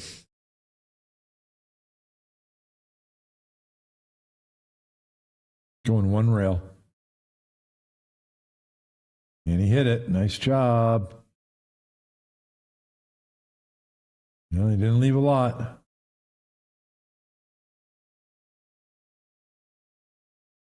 This is harder for Joshua to play safe. I think he might bank the 2 ball down by the 3. Because you can get the 2 ball hidden behind those balls. You might not get the cue ball safe. Oh, I don't know what he tried there.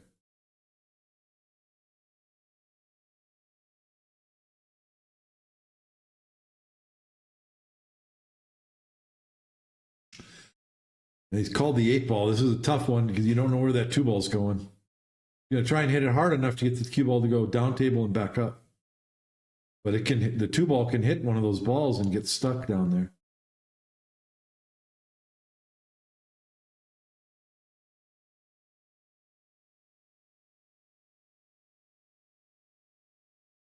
Yeah, he made it and it hit the 6. He looked at the possibility of it hitting the 6. That was a really well played shot. Dennis is feeling a lot better. So still tricky. There's where you got to get on that 3. Yeah.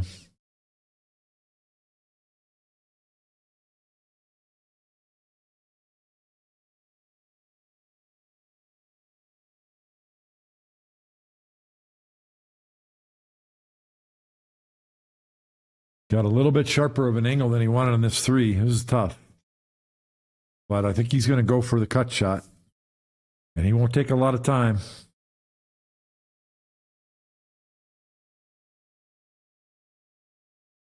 Missed it. See, he kind of lunged at it, and I think there's too much body movement. I think he needed to stay still to cut that in thinner. I think he moved too much. See, even though he didn't necessarily move before he hit the cue ball, I think it still affects your delivery. He's got to stay still better. Joshua can kick this ball in.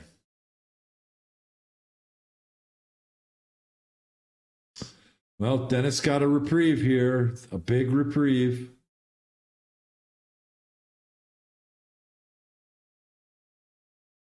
It's a big reprieve.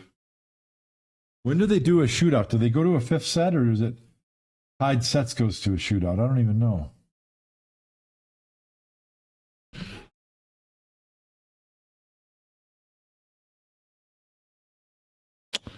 Wow, is he going to play the cut shot, or is he going to try to play the window between the 6, 7? He's going for that window.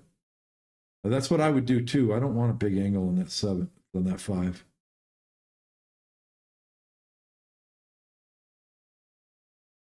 So I think you just go 1 rail here. You don't try and go 2. Just the head rail and then spin over a little, like that. See, 1 rail. That's how you make sure you don't get behind that 7 ball. Now, stop shot's fine. 6 in the corner gives you the correct angle to tap the 7 in the side. We're going to be 2-0. Now, Filler's got a tough route to win this set. Boy, it wasn't that long ago. It looked like Filler had the whole tournament won. Oh, my God. He drew back for the side. Why would you do that? He could have had the wrong angle so easily, and he had the right angle in the corner with just a stop shot. Very interesting.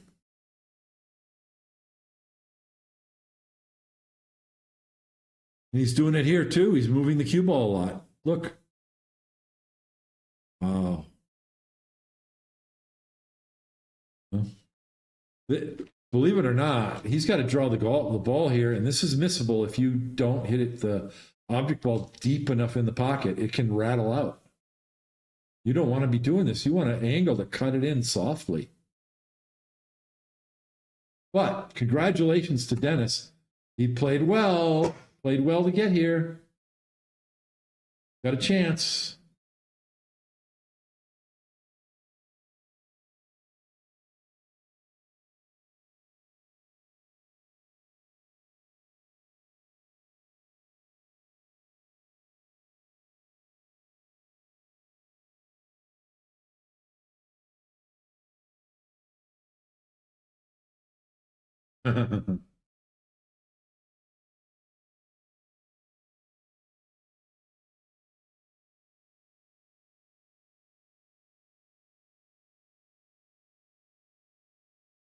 They're talking about Pia's the final shot of the mixed doubles last year.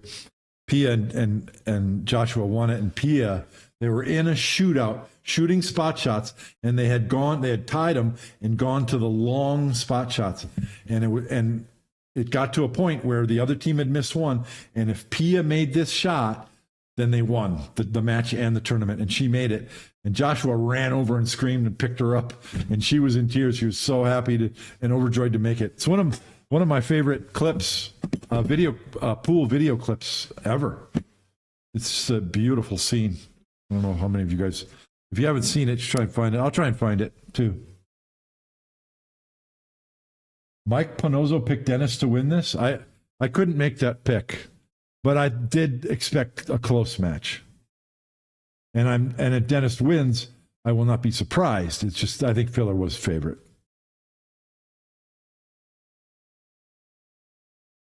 That was a nice little pop break. He didn't really hammer it. And he got rewarded. Oh, did not make a ball. How many dry breaks has Dennis had? He hit that good. Look at that ball head straight for the side pocket. Didn't go in. Jeez.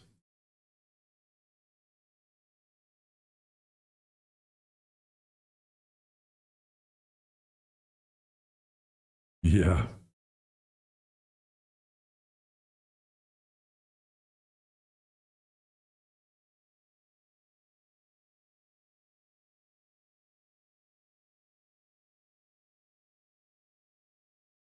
So I think he's just playing for a safety there. Is Joshua going to take control now and win this set 4-2 or 4-3? I mean, even given how good Joshua is, it's a tall order. He wants to put the cue ball behind the 9, but I don't think he might go 2 rails at it. Yeah, 2 rails, cue ball behind the 9. Didn't get there. Yeah, distance is good, and he got lucky. Joshua got lucky that the 2 ball isn't open to the pocket right now. Dennis has had so many tough looks. Boy. Yeah, he's got to hit the 2 ball on the right side and spin the cue ball over behind the 310.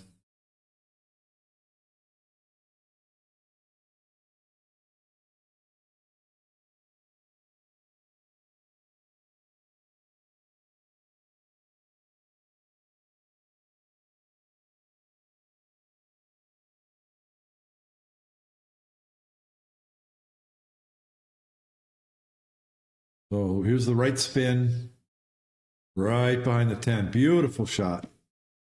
Real nice.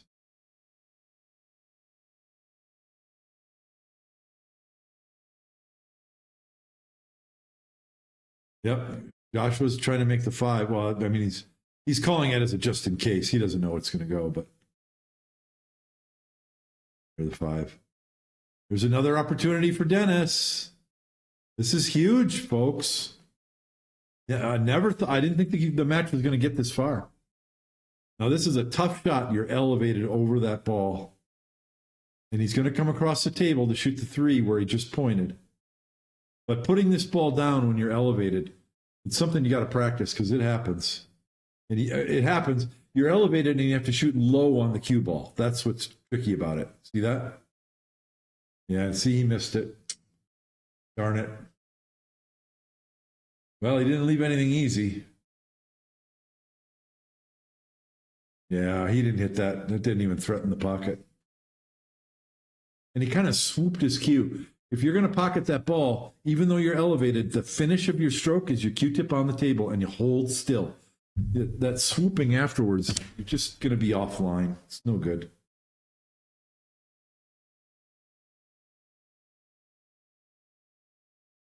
Okay. I don't think he hit this hard enough, did he? Yeah, he did. Okay. Now we're going to see a jump shot.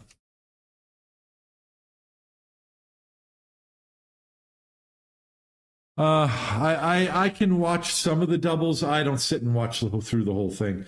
In fact, this match here is the first match that I've sat through the entire match on YouTube. Usually I get distracted. I let it play and I go do other things and come back to it. But oh, wow. He got a little fortunate there. Here comes the short cue.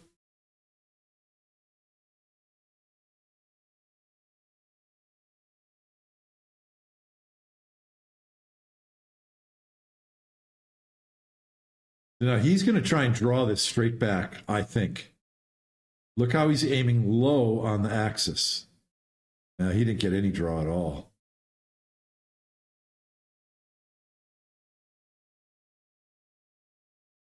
Yeah, this has been happening all week. Every match that I watched. Like I said earlier, the games go long. A lot of safeties and kicks in these games before somebody finally gets an open shot to run out. More often than not, these are long games.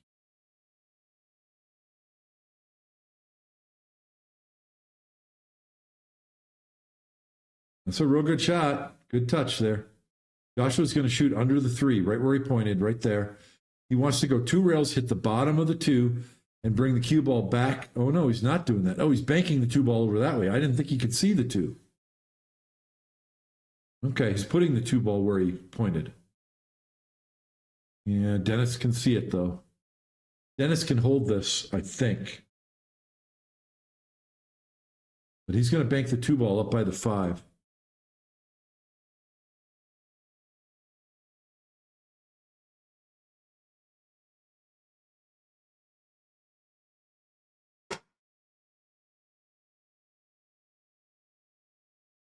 It's really hard to stop the cue ball because you got to make the cue ball slide all the way. What's he doing? Well, I'm surprised he did that. And he got safe, of course. See how many innings it goes? It's amazing. So many innings. Filler is sweating it, man. He needs to get in this match. It's going to go 2-2 if he doesn't. Oh, that's a bad hit. That was a bad hit. Yeah, that was a foul. That was a foul, and every ball's open. I think the 3 has a pocket by the 4. Yeah, that was a foul.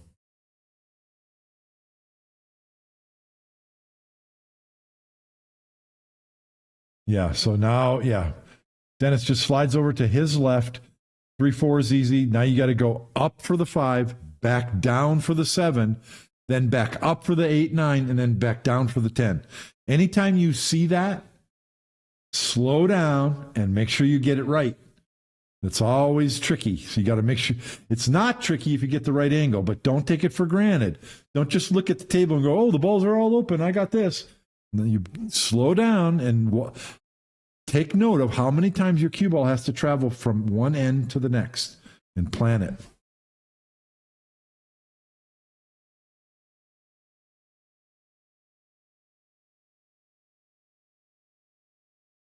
So you're going to go for the side here or the corner? Oh, wait, he's going to come all the way down table. Oh, no, that's the 7. Okay. I got to go for the side here because it's really hard to come below the 6 and get the wrong angle. So that's why I go for the side. But he's going for the corner. Yeah, I don't like the corner. You get too much angle and it's hard to get on that 7. But he got the right angle, though. He's good.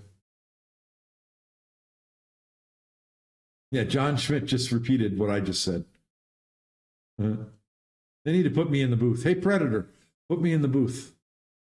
I love Predator products. Be honest. Now, see how he left himself an angle? A big angle, because he's got to go back all the way back up table. You can go either way. He's got to spin it to the right or the left. I don't know. Yeah, he went left. That's the way I would have gone. Now, well, he's got to get an angle on the 9. If he was straighter on the 8, I like laying the cue ball up right on the rail because that's all the angle you need, and you just float down table for the 10. But he's going to have to go to the rail. Yeah, just like that.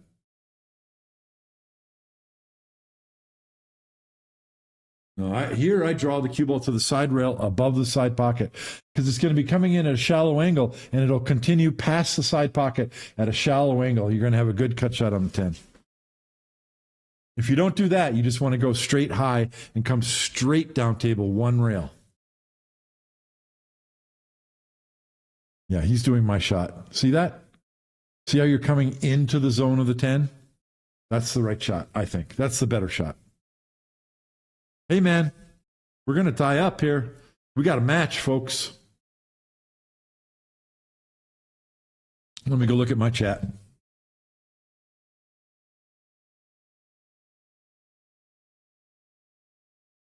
You watch multiple matches at once. You're like a stockbroker. You got multiple screens and you're watching. It would keep your attention easier because then you don't get so bored waiting between shots. Yeah, this would, YOLO, you're right. This would be a really great win for Dennis. Like I said, he has been putting in the work the last couple of years to bring his game up. He deserves it. He is not in the finals of this tournament by mistake. Guarantee you that.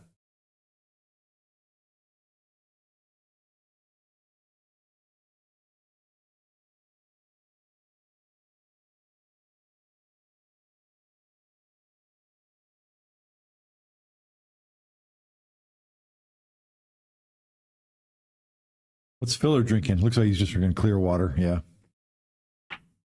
He's got another can there, though. Is that a Mountain Dew? That's not a Mountain Dew. What is that?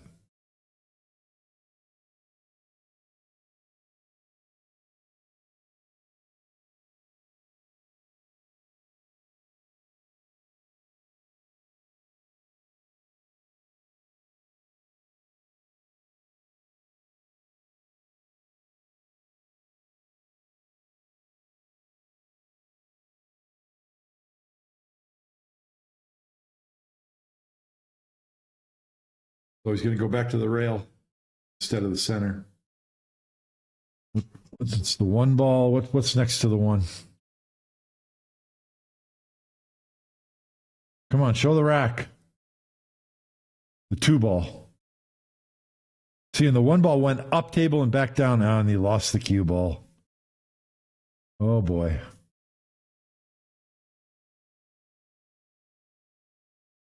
Yeah, the cue ball hopped. Do you see it hop in the air after it hit the rack? Something didn't quite hit that right. The only tough ball here is the 3. He's going to move the 3 right now. Watch. Yep, see that? That's a guy who's running the table. There's no safety. He's not thinking safety. He wants to run out.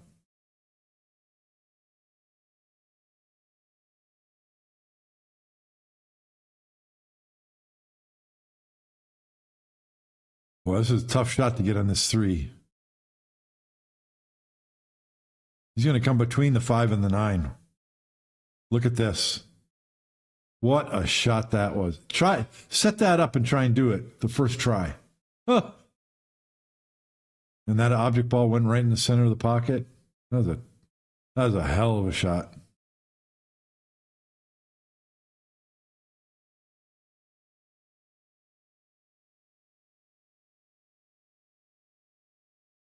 A little slow there, but he's okay. The 5 leads naturally to the 6. See that? So that's what you got to notice. When you see that, it tells you, I don't have to get crazy getting close position on this 5. That makes it easier to pocket the 4.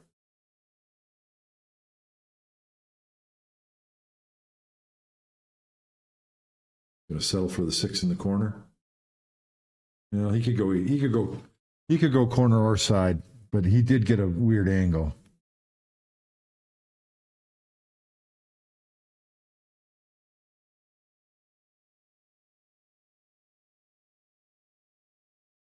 Oh, wow, did he hit that roughly?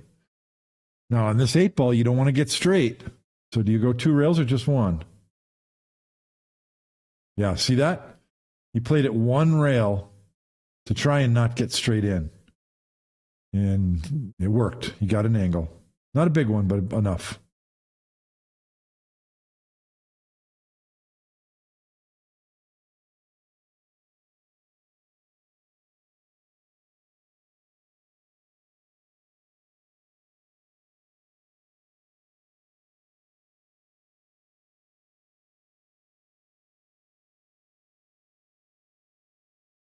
All right, 3-1. What's going to happen on this break?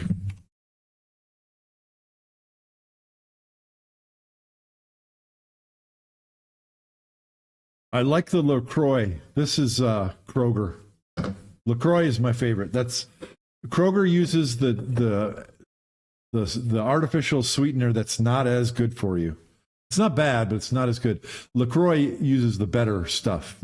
So I'll usually buy LaCroix, but for whatever reason, I didn't this time. Oh, are you saying that's what filler has is LaCroix?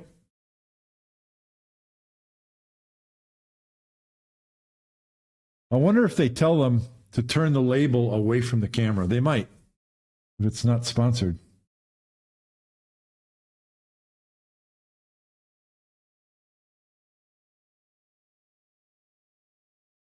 Those two balls, they never go in that side pocket. Never. Uh oh, look at this. Nope, no shot.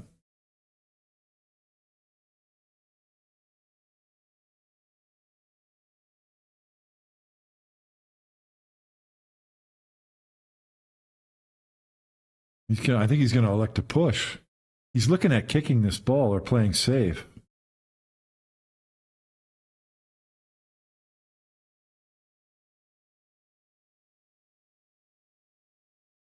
What he's doing. Oh, that was not good. He left a shot.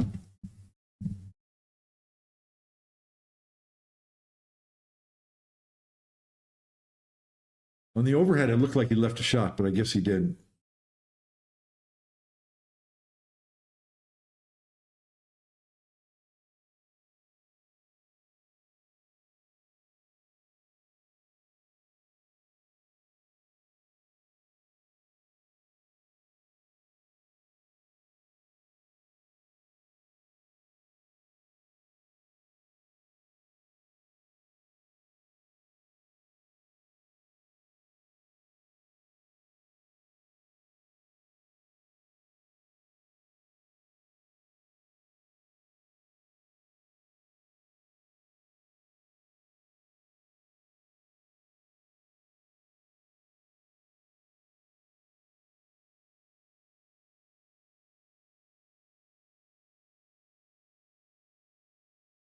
Going to get some distance there. Yep. I told you how many games go multiple innings. Just saw these tables play.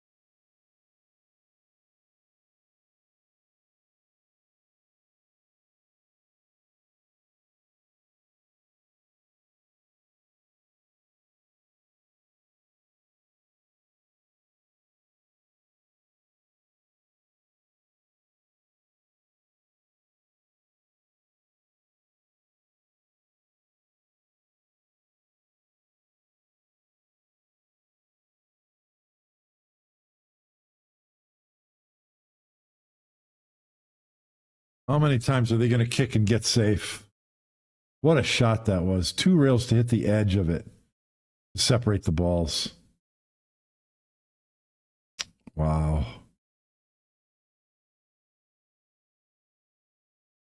He called the 9 ball, so he's going to come 2 rails behind the 1. The cue ball is going to head right at that 9.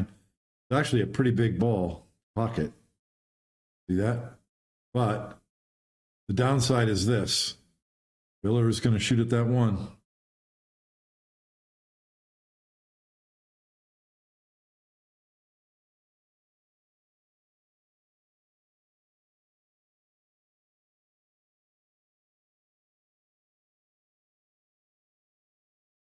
What makes this shot even harder is the 10 ball. You don't want to scratch off the 10. You want to get shape on the 2.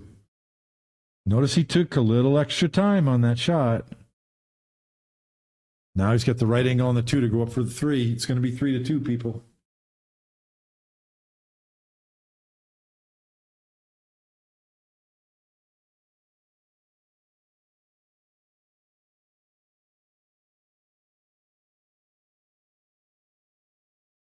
Well, this is really exciting. I thought it was going to be, it looked like it was Filler was going to run away with it, and he sure hasn't.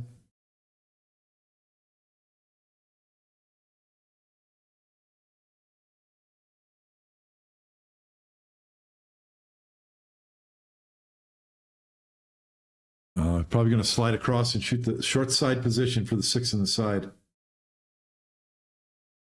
Real natural. And then you know you're going to stay below the 6 to get up for the 7. Oh, I was going to play at the other side pocket, but he didn't play short side. He's too straight. He's going to have to play the 7-9 combination because he's too straight on this. But he could bank it.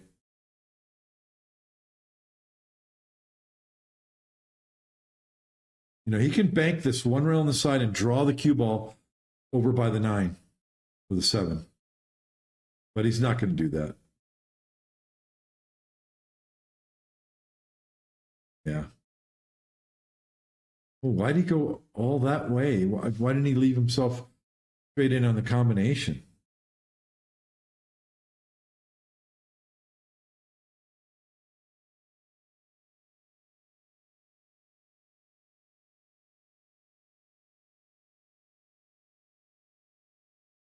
That's really strange. Why didn't he get straight in on the combo? Because you could just tap it in and the 7 wouldn't have gone anywhere. That's very interesting.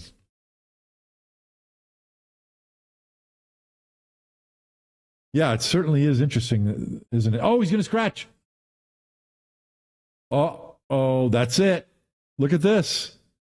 We're tied 2-2 sets. Can you believe this? Well, they're going to have, you know, when Joshua gets home with Pia and they watch this tape, Pia is going to be like, "Why did you shoot that?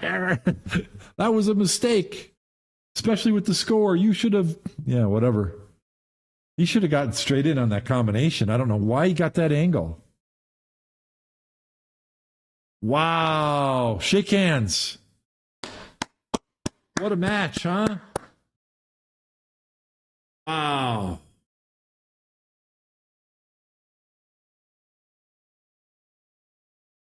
They're doing the shootout.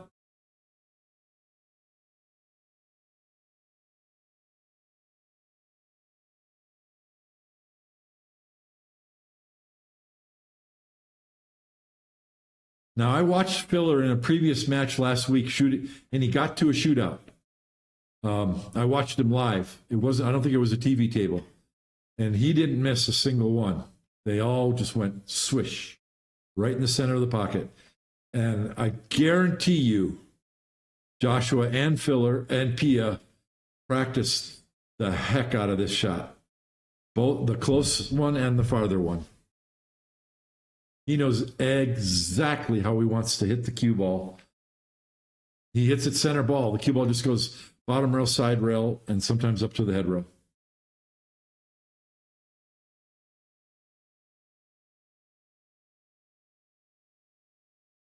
And that one, that's probably the worst he's going to hit it. He hit the left facing going in. But notice he didn't hit it hard either. So it's going to go in. Now we know Dennis has a quick release when he gets down on the ball. So who's going to flinch? Who's going to flinch first? I mean, I got to give it the edge to Filler. I've seen him shoot this shot so many times in a row and never come close to missing. Dennis stopped eating his steak. Well, a great final though. What a great final! Just a lot of kicks and safes and jumps and just really good play. Does Dennis make his first one? What do you think? I think he does, but he's going to have a quick delivery. Watch. No, nope, not that quick. Taking his time. He hit center pocket closer than Joshua did. Now, think about this though. Joshua's left-handed, and he shot from the right side of the table first. Now, Dennis's next shot, he's right-handed. He's going to shoot from the left side. It shouldn't matter, but some people, they shoot just a little bit better to one side or the other. Usually right-handers cut balls to their left better, and left-handers cut balls to their right better. But at this level, there may not be a difference. I don't know.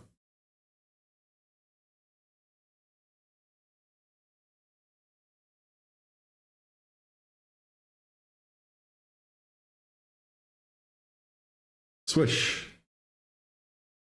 I predict a swish.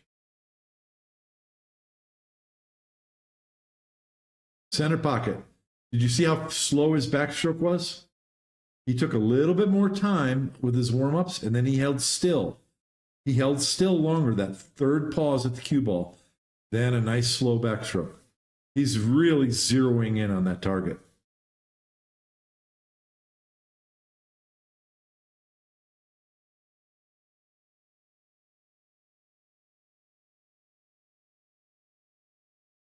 Center ball. When I say center ball, actually a little bit high. I shoot on the vertical axis and then just a little bit above center. I want to roll the cue ball. And I do that if I want to stun the cue ball too. But they're both, as you can see, they're both rolling the cue ball. The cue ball dives straight to the bottom rail, hits side rail, and goes up to the head rail. There's no chance of a scratch at all. So all you have to do is just focus on that target.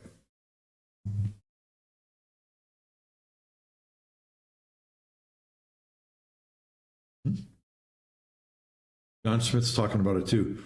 They don't hit it that hard. They just roll it with a medium soft stroke.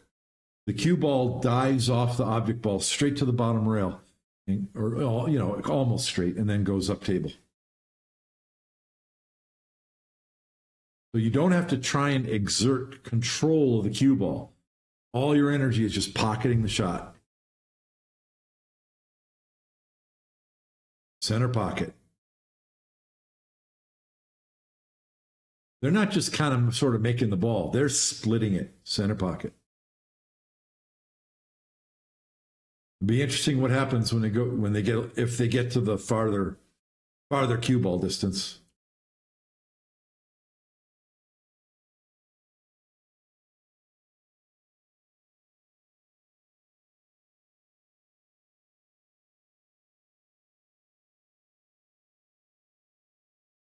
I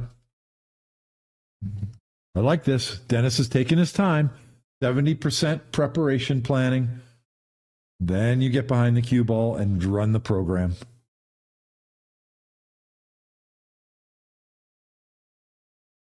He jumped a little.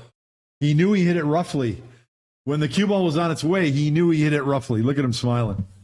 But he made it. So now you'll probably see him settle down on his next execution. If Joshua misses, he can win this thing right here. The pressure is on, isn't it?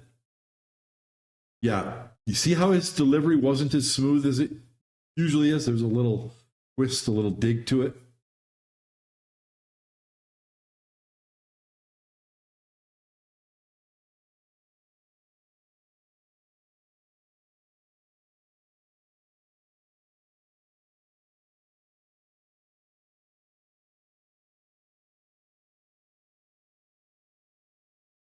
Look at Filler. How many times has he shot this shot in practice and elsewhere? And he stood behind the object ball and sighted it to the pocket. That's what you do.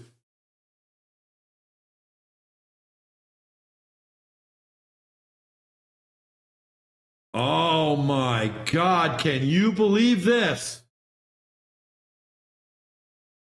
And you notice Joshua had a very short backstroke. That's another secret that they use for making this shot. He's going to lose the tournament over one spot shot. I could never in a million years could I have predicted that.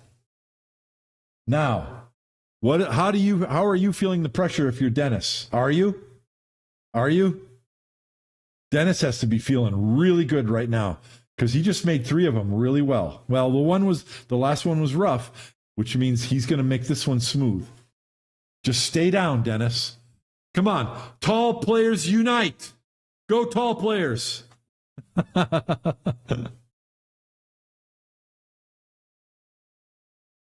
Wow. Holy, can you believe that? What a comeback, and then to win it in the shootout. Oh my God, way to go, Dennis. Woo, woo, woo. Wow, can you believe it? He made an extra $20,000 on that shot. Now, I can't believe Filler missed it. I can't believe some of the shots Filler did in the last 2 sets. But then to miss that 4th spot shot and for Dennis to make it, wow. That is fantastic. Holy crap. I would never in a million years could I have predicted that. I'm so happy for Dennis. Tall players can play. Oh my God. Boy, I can hear it tonight. Can you imagine Pia Filler tonight? Joshua, what were you thinking? Why did you miss that shot? Why didn't you play safe here? You cost us $20,000. No, I'm teasing. That's probably not it. Hey, YOLO says he's glad he tuned in. Thank you very much. All right. I'm gonna let you guys watch this. I'm not gonna say anything else. That was exciting. I'm gonna put a link to this video in the description so that anyone who wants to watch my commentary will know to turn this video on and sync them up while they watch. See how that works. Let me know what you think in the comment section. Was this fun? And what else can I do? Because I can do more. There's really nothing happening on the screen but my talking head, but I could maybe put a drawing of a pool table and draw things and talk about stuff. So let me know what you think. This was fun, though. Friday night, 7 o'clock, I think it is. Friday night, look on my stream, hit the notify button. I'm going to do a live stream and talk about my experience at this tournament last week, plus other stuff. And I will be available 100% of the time to read your chats and answer your questions.